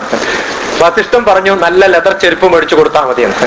ഇയാൾ പറഞ്ഞത് വണ്ടർഫുൾ, ദാറ്റ്സ് ദ സ്റ്റുഡന്റ്. ഈ കുട്ടി പറഞ്ഞു ചെരുപ്പ് മേടിച്ചു കൊടുത്തു. ഒരു ലെതർ ചെരുപ്പ് മേടിച്ചത് നടന്നോളാൻ പറയായിരിക്കും ആൾക്കൂടെ. ഇത്ര എളുപ്പം അല്ലേ? പൂർണ്ണേ മനസി സമ്പൂർണം ജഗത് സർവം സുധാദ്രവൈഹി ഉപാന ഗൂഢപാദസ്യ നനു ചർമാസ്തൃതൈവ ഭൂഹു. നിങ്ങൾ മനസ്സിലായോ? വണ്ടർഫുൾ. പൂർണ്ണേ മനസി സമ്പൂർണം. നമ്മുടെ മനസ്സാണ് പൂർണ്ണമാവേണ്ടത്. എന്താണ് പൂർണ്ണമാവേണ്ടത്? മനസ്സ്. മനസ്സിന് ഇഷ്ടമായാൽ പിന്നെ എല്ലാം ഇഷ്ടമായി. നിങ്ങളുടെ അച്ഛനും അമ്മേനും കാണാൻ നല്ല ഭംഗിയുണ്ടോ? ഉണ്ടോ? എന്താ കാരണം എന്നറിയോ? നിങ്ങൾക്ക് അവർക്ക് സ്നേഹമുള്ളതുകൊണ്ടാ. വേറെ ഏതെങ്കിലും ആൾക്കാരെ കാണുമ്പോൾ അത്ര ഭംഗിയില്ല എന്ന് നമുക്ക് തോന്നും. കാരണം എന്താ? സ്നേഹമില്ലാത്തതുകൊണ്ടാ. എവിടെ മനസ്സ് പൂർണ്ണമാണോ അവിടെ എന്തുണ്ടാവും? സ്നേഹം ഉണ്ടാവും, ഭംഗി ഉണ്ടാവും, എല്ലാം ക്ലീൻ ആയിട്ട് തോന്നും നമുക്ക്. പൂർണ്ണേ മനസ്സി സമ്പൂർണം ജഗത് സർവം സുധാദ്രവൈഹി. ഈ ലോകം ആകെപ്പാടെ നല്ല സന്തോഷമായിട്ട് നമുക്ക് തോന്നും. എപ്പോ? നമ്മൾ സന്തോഷത്തിലല്ല. നമുക്ക് ടെൻഷനാന്ന് വിചാരിക്കാം. എന്ത് കണ്ടാലും എന്ത് തോന്നും നമുക്ക്? വിഷം. ചെറിയ കോൾഡ് ഉണ്ടെന്ന് വിചാരിക്കാം നിങ്ങൾക്ക്. ഇവിടെ ഇരിക്കുമ്പോ എന്ത് തോന്നും? ഇയാൾ എപ്പോഴാ ഇത് നിർത്തുക? ശല്യം. എന്താ കാരണം? നിങ്ങൾക്ക് കോൾഡ് ഉണ്ടെന്നുള്ളതാണ്. കോൾഡ് വരുമ്പോ എന്ത് ചെയ്യും? മനസ്സ് വിഷമാവും. കോൾഡ് അല്ല പ്രശ്നം. എന്താ കാരണം? മനസ്സാണ്. ഇനി അഥവാ നിങ്ങൾക്ക് കോൾഡോ നല്ല ഹെഡേക്കോ ഉണ്ടായിരുന്നു എന്ന് വിചാരിക്കാം. പക്ഷെ എന്റെ ക്ലാസ് കുറച്ച് ഡിഫറെന്റ് ആണ്, അതുകൊണ്ട് ഇഷ്ടമായി എന്ന് വിചാരിക്കുക. എന്നെ കാണാൻ നല്ല ഭംഗി അല്ലേ എന്ന് വിചാരിച്ച അത്ര ഭംഗിയില്ല ഷാരൂഖ് ഖാന്റെ അത്രയൊന്നും. ഷാരൂഖ് ഖാനൊക്കെ ആണെങ്കിൽ ഇങ്ങനെ നോക്കില്ല എല്ലാവരും, കണ്ണെടുക്കാണ്ട് നോക്കും. ഇപ്പൊ എന്നെ നോക്കാണ്ടിരിക്കണത് എന്തുകൊണ്ടാ? ഞാൻ അമിതാഭ് ബച്ചൻ അല്ല, ഷാരൂഖ് ഖാൻ അല്ല, അല്ലെ മോഹൻലാൽ അല്ല, മമ്മൂട്ടി അല്ല. അങ്ങനെയൊക്കെയാണെങ്കിൽ എന്ത് ഇങ്ങനെ നോക്കുമ്പോൾ ഒരാൾ തൊടാൻ നോക്കില്ലേ? അല്ലേ?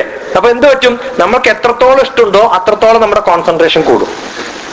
ആ ഇഷ്ടം എന്ന് പറയുന്നത് പല ക്യാരക്ടേഴ്സും പല കാര്യങ്ങളും അനുസരിച്ചിട്ടാണ് നമ്മൾ തീരുമാനിക്കുക. അപ്പൊ നമുക്ക് എത്രത്തോളം കോൺസെൻട്രേഷൻ ഉണ്ടോ അത്രത്തോളം മനസ്സിലാക്കാനും പറ്റും. മനസ്സിലാക്കുന്നത് കോൺസെൻട്രേഷൻ അനുസരിച്ചിട്ടാണ്. കോൺസെൻട്രേഷൻ എപ്പോഴാ പോവുക? ശരീരത്തിന് അസുഖം ഉണ്ടായാലും കോൺസെൻട്രേഷൻ പോകും. പക്ഷെ വേറൊരു കാര്യമുണ്ട്, എന്റെ ക്ലാസ് വളരെ നല്ലതാണെന്ന് വിചാരിക്കുക. അങ്ങനെയാണെങ്കിൽ തലവേനൊക്കെ മറന്നുപോയിട്ടുണ്ടാവും നിങ്ങൾ. ആ തലവേന ഉണ്ടായിരുന്നു, പോയി.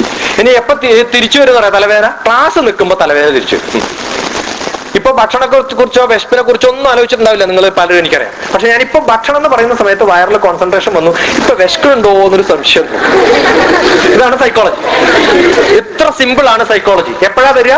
നമ്മുടെ കോൺസെൻട്രേഷൻ എവിടെയാണോ അവിടെയാണ് നമുക്ക് ഫീലിംഗ് ഉണ്ടാവുക. ശരീര മനസ്സോ യോഗ പരസ്പരമനുവ്രജേ ആധാര ആധേയ ഭാവേന തപ്താജ്യ ഘടയോരിവ. ശരീരവും മനസ്സും എങ്ങനെ ബന്ധപ്പെട്ടിരിക്കുന്നു? നല്ല എണ്ണയും പാത്രവും പോലെ. നല്ല ചൂടുള്ള എണ്ണ തണുത്ത പാത്രത്തിൽ ഒഴിച്ചാൽ പാത്രത്തിന് ചൂട് വരും. മനസ്സ് ഭയങ്കര വേവലാതിപ്പെടുന്ന സമയത്ത് നമുക്ക് വയ്യാണ്ടാവും.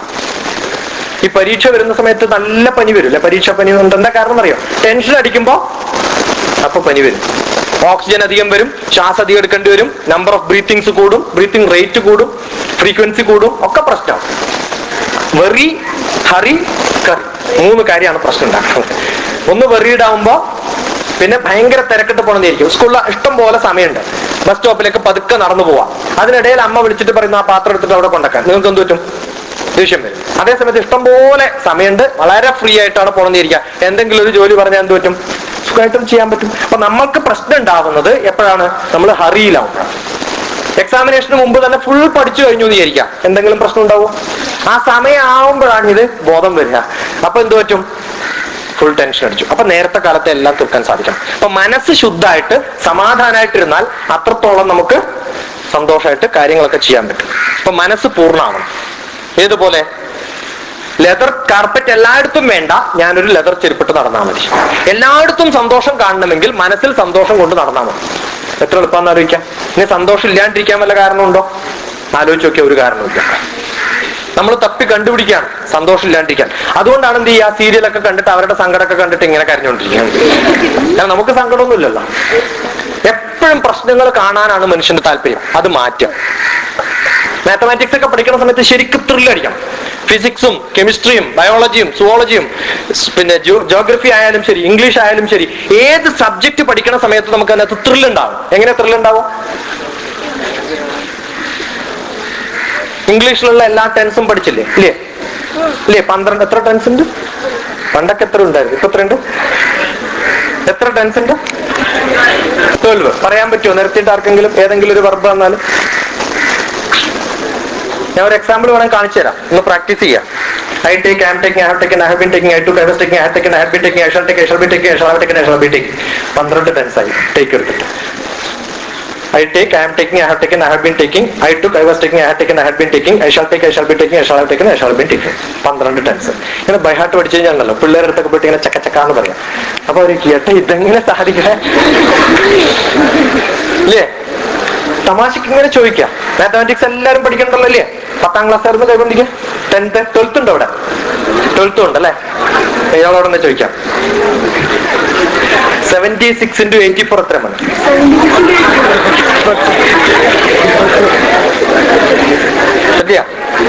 സിമ്പിൾ ആയിട്ടുള്ള ചോദിക്കാം. 85 സ്ക്വയർ എത്രയാണ്?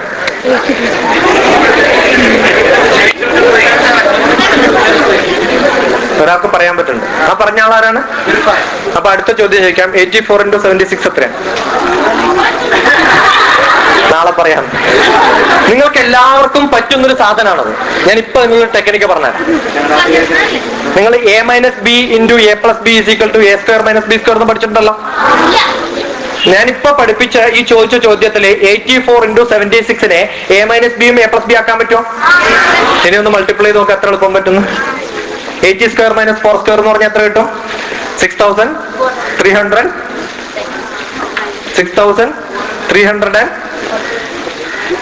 6384 കിട്ടിയോ? അപ്പൊ എളുപ്പം പറ്റും. നമുക്ക് എന്താ പറ്റുന്ന അറിയാം. നമ്മുടെ വിദ്യാഭ്യാസത്തിൽ ഒരു പ്രശ്നം, ഫോർമുല ഒരു സ്ഥലത്ത് പഠിക്കും പക്ഷെ ആപ്ലിക്കേഷൻ പഠിക്കില്ല. ഇത് രണ്ടും തമ്മിലുള്ള ബന്ധം അറിയൂല. ഈ ഫോർമുലയൊക്കെ പഠിക്കുന്നത് എന്തിനു വേണ്ടിയിട്ടാ? ഉപയോഗിക്കാൻ വേണ്ടിയിട്ടാ. ഫോർമുല അതേപോലെ എഴുതിയിട്ട് പ്രൂവ് ചെയ്ത് മാർക്ക് മേടിക്കാൻ പറ്റും, പക്ഷെ അതൊരിക്കലും ഉപയോഗിക്കില്ല. ഉപയോഗിക്കാത്ത നോളജ് യൂസ്ലെസ് ആണെന്നാണ്. അതാരാ പറഞ്ഞതറിയോ? കെമിസ്ട്രി പഠിക്കണവരാണല്ലോ. ഭാരതത്തിലെ ഒരു പഴയ കെമിസ്റ്റ് ഉണ്ട്. പഴയ കെമിസ്റ്റ് എന്ന് പറയാൻ പറ്റില്ല, 13ാമത്തെ സെഞ്ചുറിയിൽ ഉണ്ടായിരുന്ന ഒരു കെമിസ്റ്റ്. അയാളുടെ പേരില് ആര്യവൈദ്യശാല കാണാം, ഫെർട്ടിലൈസറിന്റെ പേര് കാണാം, പക്ഷെ മട്ടൺ ഷോപ്പിന്റെ ചിക്കൻ ഷോപ്പിന്റെ ഒന്നും കാണില്ല. കാരണം അദ്ദേഹം ആയുർവേദവുമായിട്ട് ബന്ധപ്പെട്ടുള്ള ആളാണ്, കെമിസ്ട്രി ആയിട്ട് ബന്ധപ്പെട്ടുള്ള ആളാണ്, ഫെർട്ടിലൈസറുമായിട്ട് ബന്ധപ്പെട്ടുള്ള ആളാണ്. അയാളുടെ പേരിൽ ഒരു യൂണിവേഴ്സിറ്റി ഉണ്ട് ആന്ധ്രയില്. 2-3 മാസം മുമ്പ് ആ യൂണിവേഴ്സിറ്റിയുടെ ഭാഗത്ത് പോകാൻ സാധിച്ചിട്ടുണ്ട്, ക്ലാസ് എടുക്കാൻ, മാനേജ്മെന്റ് ക്ലാസ് എടുക്കാൻ. ആർക്കെങ്കിലും അറിയോ? അയാൾ കെമിസ്റ്റ് അല്ല മോനെ, മാത്സാ. നാഗാർജുന എന്നാണ് അദ്ദേഹത്തിന്റെ പേര്. നാഗാർജുന യൂണിവേഴ്സിറ്റി ഉണ്ട് വാട്ടയാറില്. അദ്ദേഹത്തിന്റെ ഒരു ശ്ലോകമുണ്ട്. സാക്ഷാത് അനുഭവൈർ ദൃഷ്ടോ ന ശ്രുതോ ന ഗുരുദർശിതഃ ലോകാനാം ഉപകാരായ ഏതത് സർവം പ്രദർശിതം. മനുഷ്യന് അനുഭവിക്കാൻ പറ്റണം. ആദ്യം പഠിക്കണ കാര്യം എന്ത് ചെയ്യാൻ പറ്റണം? അനുഭവിക്കണം. പഠിക്കുന്ന സമയത്ത് അനുഭവിക്കണം, ശരിക്കും അറിയണം, ഫീൽ ചെയ്യണം. കെമിസ്ട്രിയും ഫിസിക്സും മാത്സും ഒക്കെ വായിക്കുന്ന സമയത്ത്, അല്ലെങ്കിൽ സുവോളജിയോ കെമിസ്ട്രി ഏത് സബ്ജക്റ്റ് ആയാലും വായിക്കുന്ന സമയത്ത് നമുക്ക് അനുഭവിക്കണം. ആ അനുഭവം നമുക്ക് ഉണ്ടാവും. നശ്രുതോ, കേട്ടത് കൊണ്ട് വിദ്യാഭ്യാസം ഉണ്ടാവില്ല. ഗുരുദർശിത, ഏതെങ്കിലും ടീച്ചർമാര് പറഞ്ഞതുകൊണ്ടും വിവരം ഉണ്ടാവില്ല. എപ്പോഴാ ഉണ്ടാവുക? അനുഭവിക്കുമ്പോൾ. അങ്ങനെ അനുഭവിക്കാൻ സാധിക്കണം. പിന്നെ എന്തുണ്ടാവണം? അത് ലോകത്തിന് ഉപകാരം. ലോകാനാം ഉപകാരായ, ലോകത്തിന് ഉപകാരമുള്ളതാണ്. അപ്പൊ അങ്ങനെ ചിന്തിക്കാൻ സാധിക്കണം. എപ്പോഴും ചിന്തിച്ചുകൊണ്ടേയിരിക്കണം പഠിക്കുന്ന സബ്ജക്റ്റിനെ കുറിച്ച്. ഒരു ഉദാഹരണത്തിന് സാധാരണ ഞാൻ പറയാറുണ്ട്, നമ്മൾ കുറച്ച് എക്കണോമിക്സ് പഠിക്കുന്ന ഒരാൾക്ക് അല്ലെങ്കിൽ ജിയോഗ്രഫി പഠിക്കുന്ന ഒരാൾക്ക് ഇതൊക്കെ കണക്ട് ചെയ്യാൻ സാധിക്കണം. ഇപ്പൊ ജിയോഗ്രഫിയിൽ ഇന്ന ഭാഗത്ത് കുറച്ച് തണുപ്പധികമുള്ള പ്രദേശമാണ്. അപ്പൊ നമ്മൾ പഠിക്കും അവിടെ പുല്ലാണ് മുളയ്ക്കുക. പുല്ല് മുളക്കുന്ന സമയത്ത് കുറെ ആടുകൾ ഉണ്ടാവും. ആടുകൾ ഉണ്ടാവുമ്പോൾ വ്യവസായം കമ്പിളിയാവും. അപ്പൊ എന്ത് പഠിച്ചു? ജിയോഗ്രഫി തുടങ്ങി ഹിസ്റ്ററി പഠിക്കാൻ പറ്റും, അത് കഴിഞ്ഞ് എക്കണോമിക്സ് പഠിക്കാൻ പറ്റും, അത് കഴിഞ്ഞിട്ട് ലോകത്തെ കുറിച്ചെല്ലാം പഠിക്കാൻ പറ്റും. അങ്ങനെ കണക്ട് ചെയ്ത് പഠിക്കാൻ പറ്റും. ഫിസിക്സ് ആയാലും കെമിസ്ട്രി ആയാലും സുവോളജി ആയാലും ഓരോ സ്ഥലത്തെ കുറിച്ചും പഠിക്കുന്ന സമയത്ത് അതിന്റെ ലൊക്കേഷൻ, അതിന്റെ വകതിരിവ് ഒക്കെ നമ്മുടെ മനസ്സിൽ ഇങ്ങനെ പതിയാം. അങ്ങനെ പതിഞ്ഞു കഴിഞ്ഞാൽ പഠിക്കുന്ന സമയത്ത് നല്ല രസകരമായിട്ട് പഠിക്കാൻ പറ്റും. ജീവിതവുമായിട്ട് തൊട്ടടുത്ത് പഠിക്കാൻ പറ്റണം. കാര്യങ്ങളൊക്കെ കണ്ട് മനസ്സിലാക്കാൻ പറ്റണം. അത് അനുഭവത്തിൽ കൊണ്ടുവരാൻ പറ്റണം. ക്ലാസ്സിൽ പഠിച്ചിട്ടുള്ള എല്ലാ കാര്യങ്ങളും, ഒരു സിനിമ കണ്ടാൽ അന്ന് വൈകുന്നേരം വീട്ടിൽ അച്ഛനോ അമ്മയോ സിനിമക്ക് പോയിട്ടില്ലെങ്കിൽ ചിലപ്പോൾ അച്ഛനോട് പറയാണ്ട് പോയാൽ പറയാൻ പറ്റില്ല, അല്ലെങ്കിൽ കഥ പറയും നമ്മൾ, അല്ലേ? ഇന്ന സിനിമയായിരുന്നു, ഇന്നതാണ് കഥ. ക്ലാസ്സിൽ പഠിക്കുന്ന കാര്യങ്ങൾ വീട്ടിൽ പോയിട്ട് അച്ഛനോടും അമ്മയോടും പഠിപ്പിക്കുക. ഇന്ന സബ്ജക്റ്റ് ആണ് പഠിച്ചത്, കെമിസ്ട്രിയിൽ ഇന്നതാണ് പഠിച്ചത്, ഫിസിക്സിൽ ഇന്നതാണ് പഠിച്ചത്. നമ്മൾ എത്രത്തോളം പഠിച്ച കാര്യങ്ങൾ ബാക്കിയുള്ളവരോട് പറയുന്നോ അത്രത്തോളം നമ്മുടെ മനസ്സിൽ പതിയും. ഇങ്ങനെ കുറച്ച് ദിവസം പ്രാക്ടീസ് ചെയ്താൽ പിന്നെ എക്സാമിനേഷൻ വരുന്ന സമയത്ത് ഒന്നും പഠിക്കേണ്ട കാര്യമില്ല. എപ്പോ വേണമെങ്കിലും എക്സാം എഴുതാൻ റെഡി ആയിട്ടിരിക്കും. ഒരു ടെൻഷനും ഉണ്ടാവില്ല. ആ സമയത്ത് എത്ര മാർക്ക് കിട്ടണോ ആ മാർക്ക് എക്സാക്ട് ആയിട്ട് കിട്ടണതാണ്. ഞാൻ കുറെ സ്കൂൾസിൽ പോയിട്ട് ടെസ്റ്റ് നടത്തിയിട്ടുണ്ട് കുട്ടികളുടെ. ഇങ്ങനെ അറിയാം, എക്സാമിനേഷൻ ക്വാർട്ടർലി എക്സാമിനേഷനും ഹാഫ് ഇയർലി എക്സാമിനേഷനും ഇത് ചെയ്യാൻ പറ്റുള്ളൂ. കാരണം ഫൈനൽ എക്സാമിനേഷൻ അതിനുള്ള ചാൻസ് ഉണ്ടാവില്ല. ചില സ്കൂൾസിൽ പോയിട്ട് കുട്ടികൾ ടെസ്റ്റ് എഴുതി പുറത്തു വരുന്ന സമയത്ത് അവരൊക്കെ പിടിച്ച് ചോക്ലേറ്റും കൂൾ ഡ്രിങ്ക്സും ഒക്കെ മേടിച്ചു കൊടുത്ത് തൊട്ടടുത്ത ക്ലാസ് കൊണ്ടിരുത്തും. എന്നിട്ട് ഇതേ ക്വസ്റ്റ്യൻ പേപ്പർ കൊടുത്തിട്ട് ഒന്നും കൂടി എഴുതാൻ പറയും.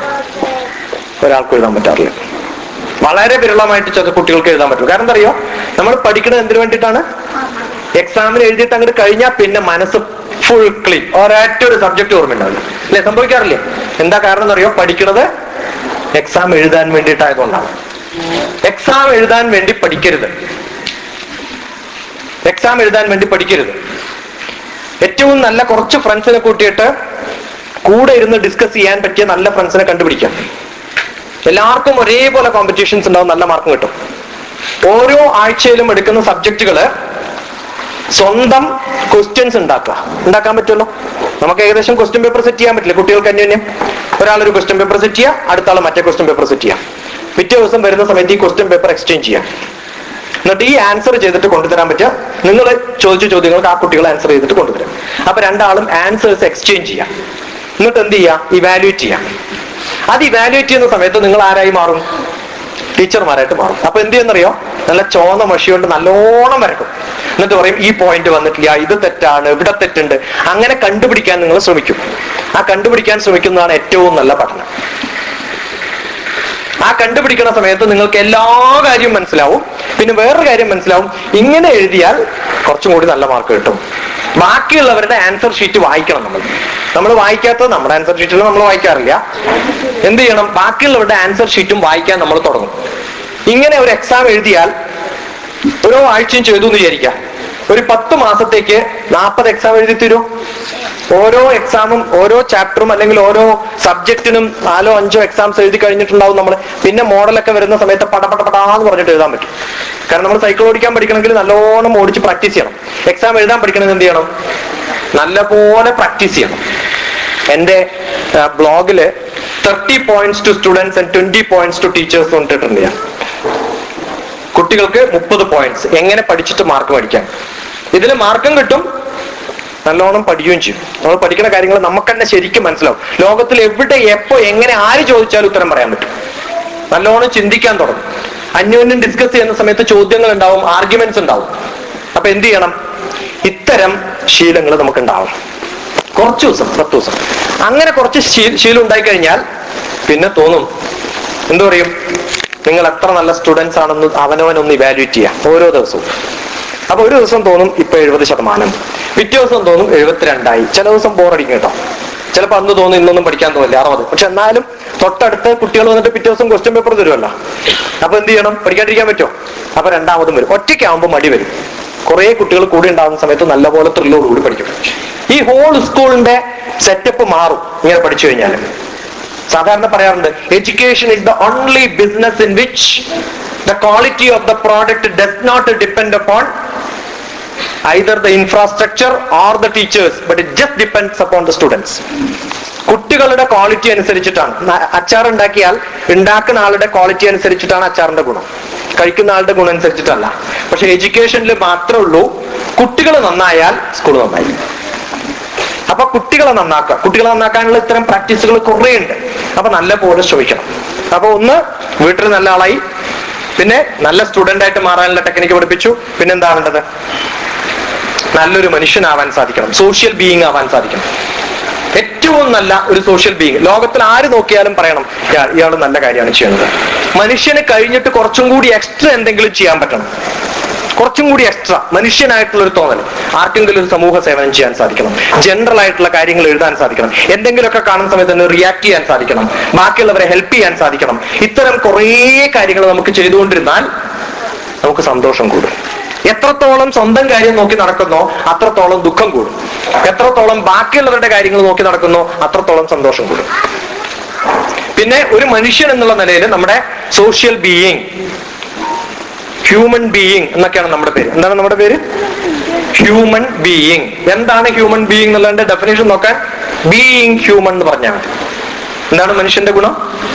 ബീയിങ് ഹ്യൂമൻ, ഹ്യൂമാനിറ്റി ഉണ്ടാവുക. നമ്മളെ കൊണ്ട് ഒരു ജീവിക്ക് ഒരു ഗുണമില്ല. ഒരു ജന്തുക്കൾക്കും ഇല്ല, ഒരു സസ്യങ്ങൾക്കും ഇല്ല മനുഷ്യനെ കൊണ്ട് ഗുണം. അറ്റ്ലീസ്റ്റ് നമുക്ക് ഗുണം ചെയ്യാൻ പറ്റുന്നത് മനുഷ്യന് വേണ്ടിയിട്ട് മാത്രമാണ്. അപ്പൊ ഏതെങ്കിലുമൊക്കെ ജനങ്ങൾക്ക് സന്തോഷം ഉണ്ടാക്കുന്ന കുറെ കാര്യങ്ങൾ ചെയ്യാൻ നമ്മൾ ശ്രമിക്കുക.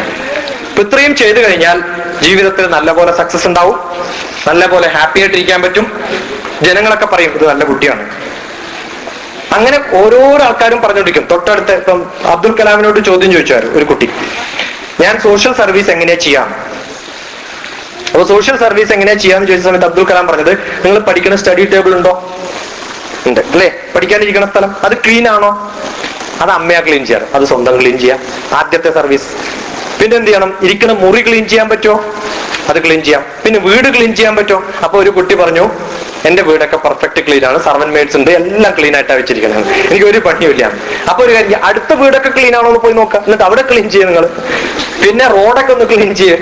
അങ്ങനെ ക്ലീൻ ചെയ്ത് പോയി കഴിഞ്ഞാൽ എന്തായി? ലോകം ആകെ ക്ലീൻ ആയി. നമ്മൾ എന്താ പറയാ? കുറ്റം പറഞ്ഞു നടന്നുകൊണ്ടിരിക്കും. നമ്മൾ എന്തെങ്കിലും ചെയ്യാറുണ്ടോ? ബാക്കിയുള്ളവരെ കുറ്റം പറഞ്ഞുകൊണ്ടിരിക്കും.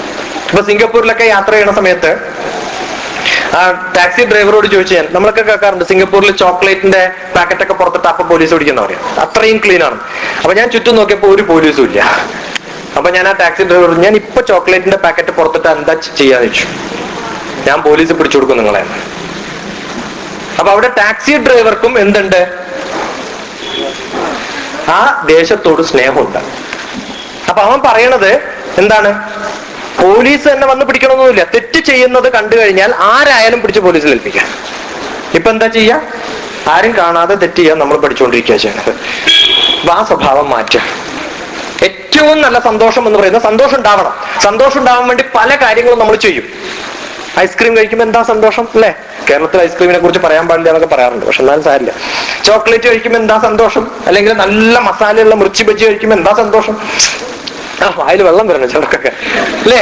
പക്ഷെ എന്താ പ്രശ്നം? കഴിച്ചു കഴിഞ്ഞ് പിറ്റേ ദിവസം ആകുമ്പോ വയറ് പറയും, അയ്യോ ഇത് കഴിക്കണ്ടായിരുന്നു അല്ലെ? ആരാ പറയാ നമ്മളോട്? ആദ്യം മനസ്സ് പറയും കഴിക്കാൻ, അത് കഴിയുമ്പോ നമ്മുടെ ബുദ്ധി പറയും അയ്യോ കഴിക്കണ്ടായിരുന്നു. നമ്മൾ നല്ല ദേഷ്യം വരുമ്പോ ഒരാളോട് നല്ല പോലെ വഴക്ക് പറയും. ഇവിടെ വഴക്കാണോ ചീത്തയാണോ പറയാ? ചീത്ത പറയും അല്ലെങ്കിൽ വഴക്ക് പറയും. വഴക്ക് പറഞ്ഞ് നല്ലപോലെ പറഞ്ഞു കഴിയുമ്പോ പിന്നെ ആലോചിക്കും അയ്യോ പറയണ്ടായിരുന്നു. നമ്മൾ തന്നെയല്ലേ പറയാം നമ്മളോട്. അപ്പൊ എന്ത് പറ്റും? നമുക്ക് വിഷമം തോന്നും, ദുഃഖം തോന്നും. എപ്പോഴും നമുക്ക് ദുഃഖം ഉണ്ടാവാൻ കാരണം നമ്മൾ തന്നെയാണ്. നമ്മുടെ മനസ്സും ബുദ്ധിയും തമ്മിൽ എപ്പോഴും അടിപിടിയാ. അത് മാറ്റണം. അത് മാറ്റിയിട്ട് എന്ത് ചെയ്യണം? ഒരിക്കലും നമ്മുടെ ജീവിതത്തിൽ നമ്മൾ അയ്യോ ഇത് ചെയ്യേണ്ടായിരുന്നു എന്ന് പറയേണ്ട ഗതി വരരുത്. അങ്ങനെ ആക്കാൻ സാധിക്കുമോ നമുക്ക്? അങ്ങനെ ആക്കാൻ സാധിച്ചാൽ ഏറ്റവും നല്ല സന്തോഷമുള്ള വ്യക്തിയായിട്ട് മാറും. അപ്പൊ സന്തോഷം ഉണ്ടാവാൻ ധനം ഉണ്ടായിട്ട് കാര്യമില്ല. കുറെ പൈസ ഉള്ളവരോട് ചോദിക്കുക സന്തോഷം ഉണ്ടോന്ന്. ആർജിതേ ദുഃഖം, പൈസ ഉണ്ടാക്കുന്ന സമയത്തും ദുഃഖം ഉണ്ടാവും, വേ ദുഃഖം പൈസ ചെലവാക്കുമ്പോഴും ദുഃഖം ഉണ്ടാവും. ധനം സർവത്ര ദുഃഖത്തുനിന്നാണ്. എപ്പോഴും ദുഃഖം ഉണ്ടാകുന്ന ഒരു സാധനമാണ് പൈസ. അപ്പൊ അതുകൊണ്ട് രൂപ ഉണ്ടാക്കിയത് കൊണ്ടോ നല്ല കാശ് ഉണ്ടാക്കിയത് കൊണ്ടോ earning cannot give you happiness. Learning cannot give you happiness. കുറെ പദവികൾ ഈ ക്ലാസ് പിന്നെ ഫസ്റ്റ് റാങ്ക് കിട്ടിയ പടം വരും അല്ലേ പേപ്പറിലൊക്കെ. അപ്പൊ ഭയങ്കര സന്തോഷം ഉണ്ടാവും. പിറ്റേ ദിവസം വരുമോ? ഇന്നലെ ഫസ്റ്റ് റാങ്ക് കിട്ടിയതാണ്, കഴിഞ്ഞ മാസം ഇയാൾക്ക് ഫസ്റ്റ് റാങ്ക് കിട്ടി, അങ്ങനെ വരുമോ? വരില്ല. അപ്പൊ ഏത് സന്തോഷത്തിനും ഏത് പ്രസിദ്ധിക്കും കുറച്ച് സമയം മാത്രമേ അതിന് പ്രാധാന്യം ഉണ്ടാവുള്ളൂ. പക്ഷെ ഇന്ന് സന്തോഷം ഉണ്ടായാൽ നാളെ ഓട്ടോമാറ്റിക് ആയിട്ട് സന്തോഷം ഉണ്ടാവും. അപ്പൊ പഠിക്കുന്ന സമയത്തും പ്രസിദ്ധി കിട്ടുന്ന സമയത്തും ഇതൊക്കെ ആവശ്യമാണ് നമുക്ക്. കാമം ആവശ്യമാണ്, ഡിസയർ ആവശ്യമാണ്. അതേപോലെ ഡിസയർ ഉണ്ടായി കഴിഞ്ഞാൽ അത് സാറ്റിസ്ഫൈ ചെയ്യാനുള്ള സിറ്റുവേഷൻസ് ആവശ്യമാണ്. ഇതൊക്കെ ഉണ്ടാവുന്ന സമയത്തും അതിനെയൊക്കെ നമുക്ക് സന്തോഷം കണ്ടെത്താനുള്ളതാണ് ഏറ്റവും വലിയ കഴിവ്. ഏറ്റവും നല്ല സമയം എന്ന് പറയുന്നത് ഈ പ്രായം. ഏറ്റവും കൂടുതൽ പഠിക്കാൻ പറ്റുന്ന സമയം. ഏകദേശം ഒരു 6 വയസ്സ് 7 വയസ്സ് വരെയുള്ള കുട്ടികൾക്ക് 6000 വാക്കുകൾ പഠിക്കാൻ പറ്റും. 6 വയസ്സ് 7 വയസ്സുള്ളവരെ നല്ലപോലെ സംസാരിക്കുന്ന കുട്ടികൾ, നല്ലപോലെ ഇടപഴകുന്ന കുട്ടികളാണെങ്കിൽ 6 വയസ്സ് വരെയുള്ളപ്പോൾ ഒരു 6000 വാക്കുകൾ പഠിച്ചിട്ടുണ്ടാവും നമ്മൾ. അത് കഴിഞ്ഞിട്ട് പിന്നെ ഒരു 12 വർഷം കഴിയുമ്പോൾ, എന്ന് വെച്ചാൽ 18 വർഷം കഴിഞ്ഞാൽ, 18 വയസ്സാകുമ്പോഴത്തേക്കും, 6 വയസ്സിൽ നിന്ന് 12 വയസ്സും കൂടി കൂടിയാണ്, 18 വയസ്സാകുമ്പോഴത്തേക്കും പിന്നെ പഠിക്കുന്ന വാക്കുകൾ 6000 വാക്കുകൾ മാത്രം. എന്നുവെച്ചാൽ ഫസ്റ്റ് 6 വയസ്സിലാണ് ഏറ്റവും കൂടുതൽ വാക്കുകൾ നമ്മൾ പഠിക്കാം. പിന്നെ പഠിക്കുന്നത് 6000 വാക്കുകളാണ് 18 വയസ്സ് വരെ. പിന്നെ ഒരു 60 വയസ്സ് വരെ ജീവിച്ചാലും നമ്മൾ 6000 വാക്കേ പഠിക്കുള്ളൂ. അപ്പൊ ജീവിതത്തിൽ ഒരു 18000 വാക്കുകൾ മാക്സിമം, ഒരു 20-24 ആക്കാൻ പറ്റും ചില ഏറ്റവും നല്ല വൊക്കാബുലറി ഉള്ള ഒരാൾക്ക്, അത്രയൊക്കെ പറ്റുള്ളൂ. അപ്പൊ നമ്മൾ എത്രത്തോളം ചെറുപ്പത്തിൽ ശ്രമിക്കുന്നോ അത്രത്തോളം ഭാവിയിൽ നമുക്ക് കാര്യങ്ങൾ പഠിക്കാൻ പറ്റും. അപ്പൊ എന്ത് ചെയ്യണം? ഏറ്റവും കൂടുതൽ അബ്സോർബ് ചെയ്യാൻ പറ്റുന്ന സമയമാണ് നിങ്ങളുടെ ഈ പ്രായം. ഫിസിക്കലി പ്രോബ്ലംസ് ഉണ്ടാവും, മെന്റലി ടെൻഷൻ ഉണ്ടാവും, നല്ലപോലെ ടെൻഷൻ ഉള്ള സമയമാണ് ഈ പ്രായം, പഠിക്കുന്ന സമയത്ത്. പക്ഷെ അതിനൊക്കെയുള്ള സ്ട്രെങ്ത് നിങ്ങൾക്ക് ഭഗവാൻ തന്നിട്ടുണ്ട്. ഈ സമയത്ത് നിങ്ങൾക്ക് ചെയ്യാൻ പറ്റുന്ന അത്രയും എത്ര വയസ്സായാലും നമുക്ക് സാധിക്കില്ല. ഏകദേശം എന്നോട് ഇപ്പൊ ഏതെങ്കിലും ഒരു ശ്ലോകം ബൈഹാർട്ട് പഠിക്കാനോ അല്ലെങ്കിൽ ഏതെങ്കിലും പോയട്രി ബൈഹാർട്ട് പഠിക്കാൻ പറഞ്ഞാൽ അത്ര എളുപ്പമല്ല. പക്ഷെ നിങ്ങൾക്ക് അത് പെട്ടെന്ന് പറ്റും. അപ്പൊ എന്ത് ചെയ്യണം? നല്ല പോലെ യൂസ് ചെയ്യണം ഈ ബ്രെയിൻ. ഈ ബ്രെയിൻ ഇപ്പൊ എലാസ്റ്റിസിറ്റി ഉള്ള സാധനമാണ്. നമ്മുടെ റബ്ബർ ബാൻഡ് ഒക്കെ നല്ലോണം വലിക്കുമ്പോൾ നല്ല എലാസ്റ്റിസിറ്റി ഉണ്ടാവില്ല, അതുപോലെയാണ് നിങ്ങളുടെ ബ്രെയിൻ. നല്ലപോലെ എലാസ്റ്റിസിറ്റി ഉണ്ട്. അപ്പൊ അത് കുറച്ചു കാലം ഉപയോഗിക്കാണ്ടിരുന്ന റബ്ബർ ബാൻഡ് കുറച്ചു കാലം ഉപയോഗിക്കാണ്ടിരുന്ന എന്ത് പറ്റും? അത് പൊട്ടിപ്പോകും. വലിക്കുന്ന സമയത്ത് അത് വർക്ക് ചെയ്യാണ്ടാവും, എലാസ്റ്റിസിറ്റി നഷ്ടപ്പെടും, അതിന് എലാസ്റ്റിസിറ്റി ഇല്ലാണ്ടാവും. അതുപോലെ നിങ്ങളുടെ ബ്രെയിൻ കുറച്ചു കാലം യൂസ് ചെയ്യാണ്ടിരുന്നു കഴിഞ്ഞാൽ ആ കഴിവ് നഷ്ടപ്പെടും. അപ്പൊ എന്ത് ചെയ്യണം? ഇപ്പൊ മാക്സിമം സ്ട്രെച്ച് ചെയ്യാം. ഏറ്റവും നല്ല ജനറൽ നോളജ് കിട്ടുന്ന പുസ്തകം ഏതാണെന്നറിയാം? അല്ലെങ്കിൽ എവിടുന്ന കിട്ടുമെന്നറിയാം നമുക്ക്? ഏറ്റവും നല്ല വായനാശീലം ഉണ്ടാക്കേണ്ടത് പത്രം വായിച്ചിട്ടാണ്. ഓക്കെ, സ്ഥിരമായിട്ട് പത്രം വായിക്കാം. ഇപ്പം ഹയർ ക്ലാസ്സിലൊക്കെ പഠിക്കുന്ന കുട്ടികൾ, 9th 10th 11th 12th ഒക്കെ പഠിക്കുന്ന കുട്ടികൾ, ചാലക്കുടിയിൽ ഒരു കരിയർ കൗൺസിലിംഗ് ആൻഡ് ഗൈഡൻസിന്റെ ഒരു ക്ലാസ് എടുക്കാൻ വന്നിരുന്നു ഞാൻ ഒരു കൊല്ലം മുമ്പ്, 1.5 കൊല്ലം മുമ്പ്. ആ കുട്ടികളോട് നിങ്ങൾക്ക് എന്താ ആവേണ്ടതെന്ന് ചോദിച്ച സമയത്ത് ആർക്കും അറിയില്ല എന്താ ആവേണ്ടത്. എന്തെങ്കിലുമൊക്കെ ആയാൽ മതി. പുരത്തിൽ കുഞ്ഞബ്ദിയുള്ള ഒരു കഥയുണ്ട്, എന്താണ് ആവേണ്ടതെന്ന് അറിയാൻ പറ്റാത്തതിനെ കുറിച്ചുള്ള ഒരു പരാധീനത പറയുന്ന കഥ. അതേപോലെയാണ് ജീവിതത്തിൽ എന്താണ് ആവേണ്ടതെന്ന് നമുക്ക് അറിയണമെങ്കിൽ നല്ലപോലെ പത്രം വായിക്കാം. കുറെ ജോബ് അഡ്വർടൈസ്മെന്റ്സ് കാണും, ജോലിക്കുള്ള വിളികൾ. പിന്നെ അതേപോലെ കുറെ എഡ്യൂക്കേഷൻ ഇൻസ്റ്റിറ്റ്യൂഷൻസിന്റെ അഡ്വർടൈസ്മെന്റ് കാണും. ഇതൊക്കെ വായിക്കുമ്പോൾ നമുക്ക് മനസ്സിലാവും, ഇത് പഠിച്ചാൽ ഇന്നതാവാം, ഇത്ര ശമ്പളം കിട്ടും, ഇത് പഠിച്ചാൽ ഇന്നതാവാം. അങ്ങനെ ഓരോരോ പഠിക്കാനുള്ള സന്ദർഭങ്ങളെ കുറിച്ചുള്ള അവനവന്റെ അറിവ് നല്ലപോലെ ഉണ്ടാക്കുക. തൊട്ടടുത്തുള്ള ആൾക്കാരോടൊക്കെ ചോദിക്കുക എന്ത് ജോലിയാണ് ചെയ്യണത്. അപ്പോൾ നമ്മൾ എത്രത്തോളം അറിവ് വർദ്ധിക്കുന്നോ അത്രത്തോളം നമ്മുടെ എംബിഷൻ കൂടും. നമുക്ക് ഇന്നതാവണം എന്നുള്ള ആഗ്രഹം കൂടും. അങ്ങനെ ആഗ്രഹങ്ങൾ കൂട്ടിക്കൊണ്ടുവരാം. ആഗ്രഹങ്ങൾ കൂട്ടുന്ന സമയത്ത് നമുക്ക് പഠിക്കാനുള്ള തോന്നലും കൂടും. അപ്പൊ എംബിഷൻസ് ഉണ്ടാവണം, ഡിസയർ ഉണ്ടാവണം. അതെങ്ങനെ പ്രാബല്യത്തിൽ നമുക്ക് അനുഭവിക്കാം എന്നുള്ളതിന്റെ കുറച്ച് എക്സാമ്പിൾസ് ഞാൻ പറഞ്ഞു. ഞാൻ എത്ര സമയം സംസാരിച്ചു? 10:45. 1.5 മണിക്കൂറോളം സംസാരിച്ചുള്ളൂ അല്ലേ? സംസാരിച്ചു. അപ്പൊ ഇനിയിപ്പോ എത്ര സമയം വേണമെങ്കിലും നിങ്ങൾക്ക് എന്ത് ചോദ്യം വേണമെങ്കിലും ചോദിക്കാം, അതിന് ഉത്തരം പറയാൻ. കാരണം ഇന്ററാക്ഷൻസ് ഇല്ലാതെ ക്ലാസ്സുകൾ ഞാൻ അവസാനിപ്പിക്കാറില്ല. സാധാരണ പെൻസിലും പേപ്പറും ഒക്കെ എടുത്തിട്ട് എഴുതിപ്പിക്കാറാണ് പതിവ്. പക്ഷെ അതിനുള്ള സാഹചര്യം ഇന്ന് നിങ്ങളുടെ കയ്യിലൊന്നും പേപ്പറും പെണ്ണൊന്നും ഇല്ലാത്തതുകൊണ്ട് അത് ചെയ്യുന്നില്ല. അല്ലെങ്കിൽ കുറെ ക്വസ്റ്റ്യൻ ആൻസേഴ്സും അല്ലെങ്കിൽ കുറെ അസൈൻമെന്റ്സും ഒക്കെയാണ് ചെയ്യിപ്പിക്കാറുള്ളത്. അപ്പൊ നിങ്ങൾക്ക് ഇഷ്ടമുള്ള കാര്യങ്ങൾ നിങ്ങൾ ചോദിക്കാം, അതിന് ഉത്തരം പറയാം. അതിന് മുമ്പ് ചെറിയൊരു എക്സർസൈസ് ചെയ്യാം. നിങ്ങൾ ചെയ്തിട്ടുണ്ടോ എനിക്കറിയില്ല. ഞാൻ എന്റെ കൈ പൊക്കണ സമയത്ത് നിങ്ങൾ കൈ കൊട്ടണം, ഇത് താത്തണ സമയത്ത് നിങ്ങൾ കൈ കൊട്ട് നിർത്തണം. എല്ലാവരും, ടീച്ചേഴ്സും സ്റ്റുഡൻസും എല്ലാവരും കൈ കൊട്ടണം. നല്ല ഒച്ച വേണം. ഈ പ്ലാസ്റ്റിക് ഒക്കെ പറക്കാൻ തുടങ്ങും, അത്രയും ഒച്ച ഉണ്ടാവും. നോക്കാം, ട്രൈ.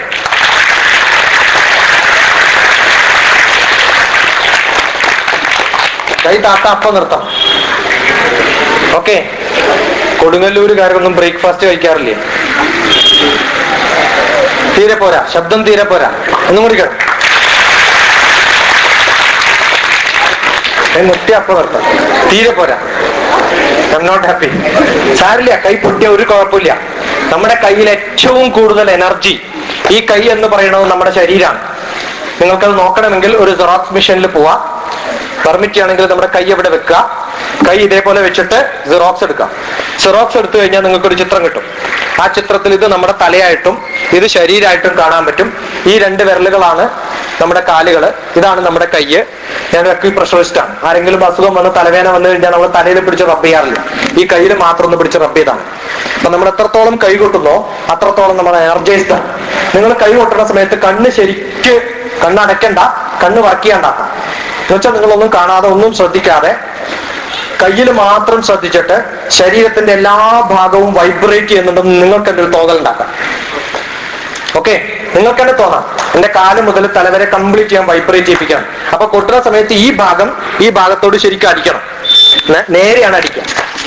ഇതേപോലെ ഒന്ന് ട്രൈ ചെയ്യും.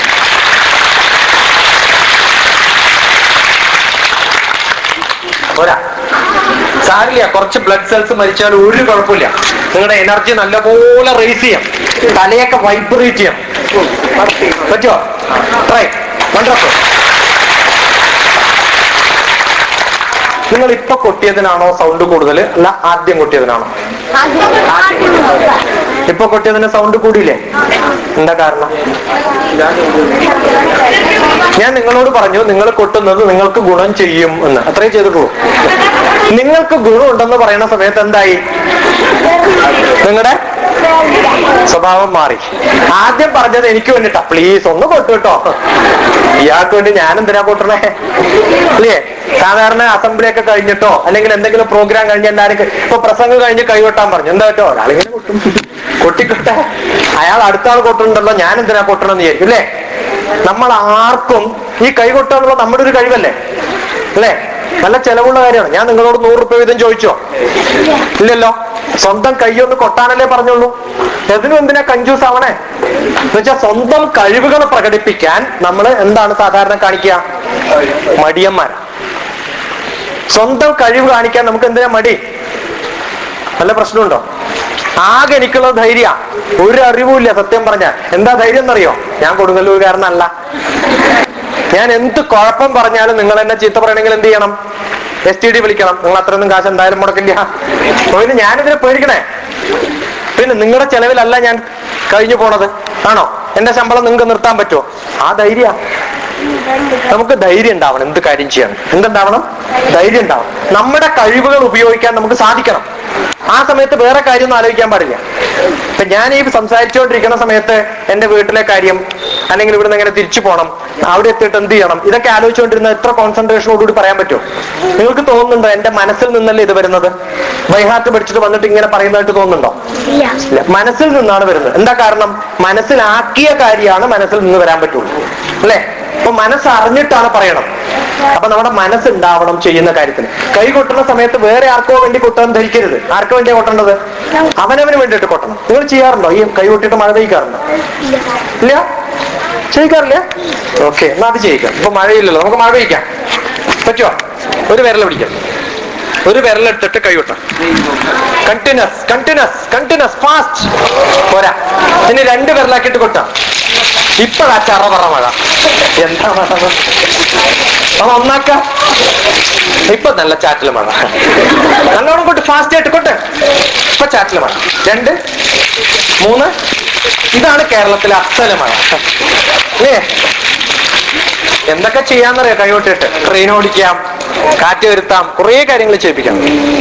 അപ്പൊ മനുഷ്യൻ ചെയ്യുന്ന കർമ്മങ്ങൾ നമുക്ക് ചെയ്യാൻ പറ്റുന്നത് എന്ത് ചെയ്യണം?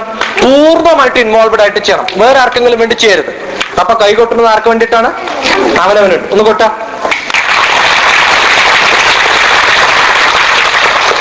നിങ്ങളുടെ സ്കൂളിൽ ഒരു പ്രോഗ്രാം കഴിഞ്ഞിട്ട് കൈ കൊട്ടുന്ന സമയത്ത് ഇത്ര ഒച്ച ഉണ്ടാവും. ഇത്രയും പോരാ, അതിനേക്കാൾ ഒച്ച ഉണ്ടാവും. ഞാനൊരു സ്കൂളിൽ പോയിട്ടോ, ഹൈദരാബാദിൽ 4th ഫ്ലോറിലാണ് അവരുടെ ഓഡിറ്റോറിയം. അന്നാണ് ഞാൻ ഈ കൈകൊട്ടിന്റെ ബിസിനസിന്റെ കാര്യം ഞാൻ പഠിച്ചത്. ഞാൻ ഓരോ സ്കൂളിൽ പോകുമ്പോഴാണ് പഠിക്കും.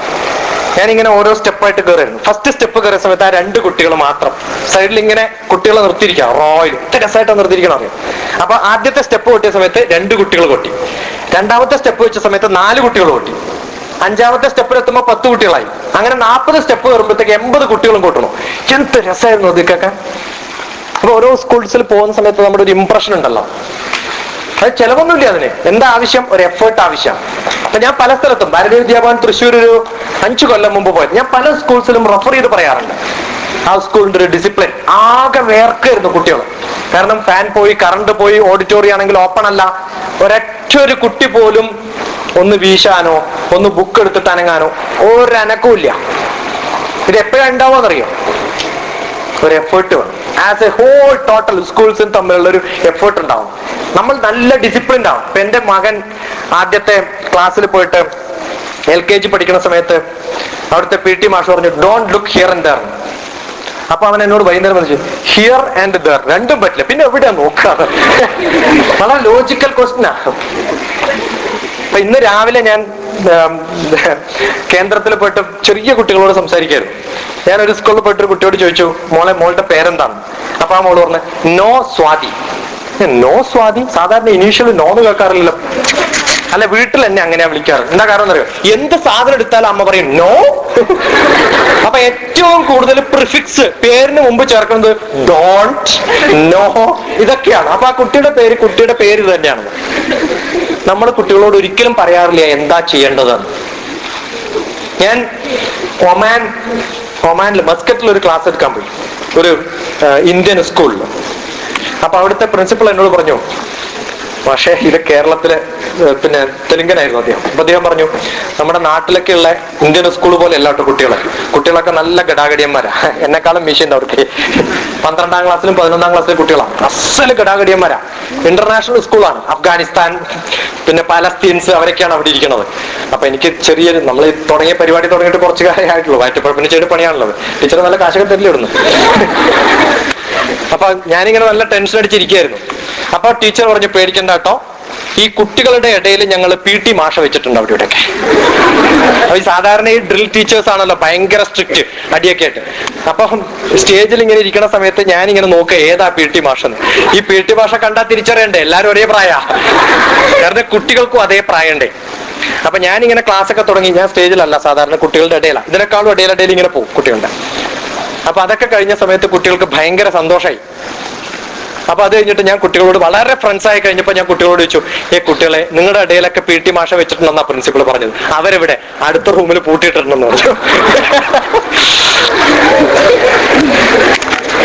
ആലോചിച്ചൊക്കെ കുട്ടികളുടെ സ്ഥിതി വെച്ചാല് അത്രയും വേസ്റ്റ് ആയിട്ടുള്ള സ്കൂൾസിൽ ഞാൻ പോയിട്ടുണ്ട്.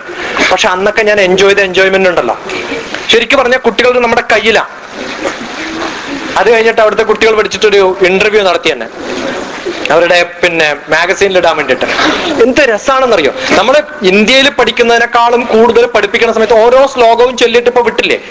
നിങ്ങൾ ആരെങ്കിലും ചോദിച്ചോ എന്നോട് ഒന്നും കൂടി ഇത് റിപ്പീറ്റ് ചെയ്യാൻ? അവിടെ ഓരോ ശ്ലോകം ചെല്ലുന്ന സമയത്തും പറയും, sir we didn't understand, please repeat it, let us also chant it. ഒന്നും കൂടി ഞങ്ങളെ പഠിപ്പിച്ചിട്ട് മതി അടുത്ത ശ്ലോകം ചെല്ലണം. ആലോചിച്ചോക്ക, ആ പഠിക്കാനുള്ള ത്രില്ലുണ്ടാവും.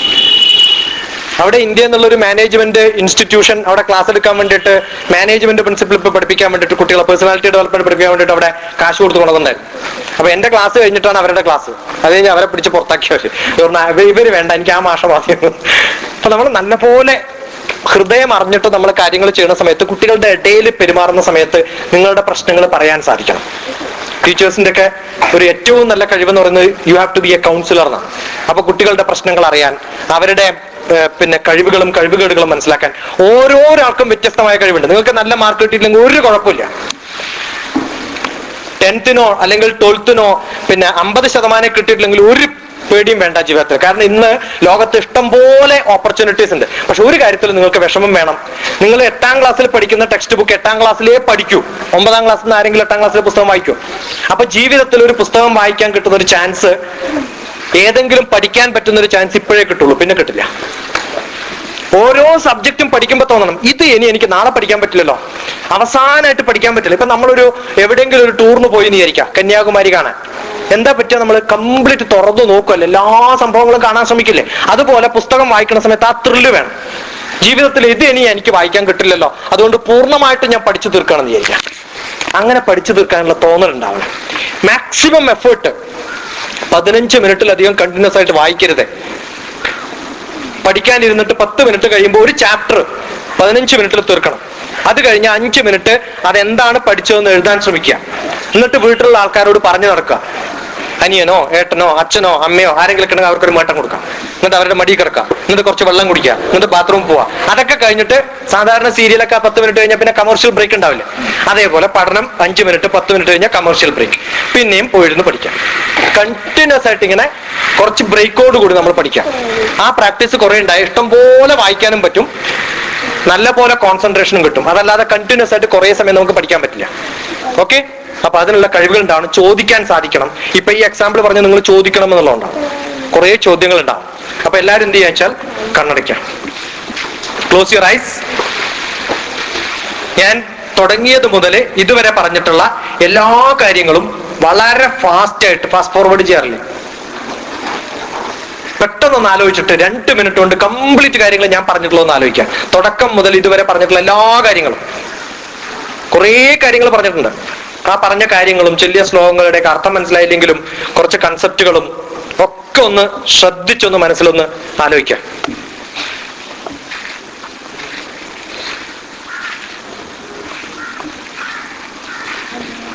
ഫാസ്റ്റ് ആയിട്ട് ആലോചിക്കാം ഓരോ കാര്യങ്ങളും.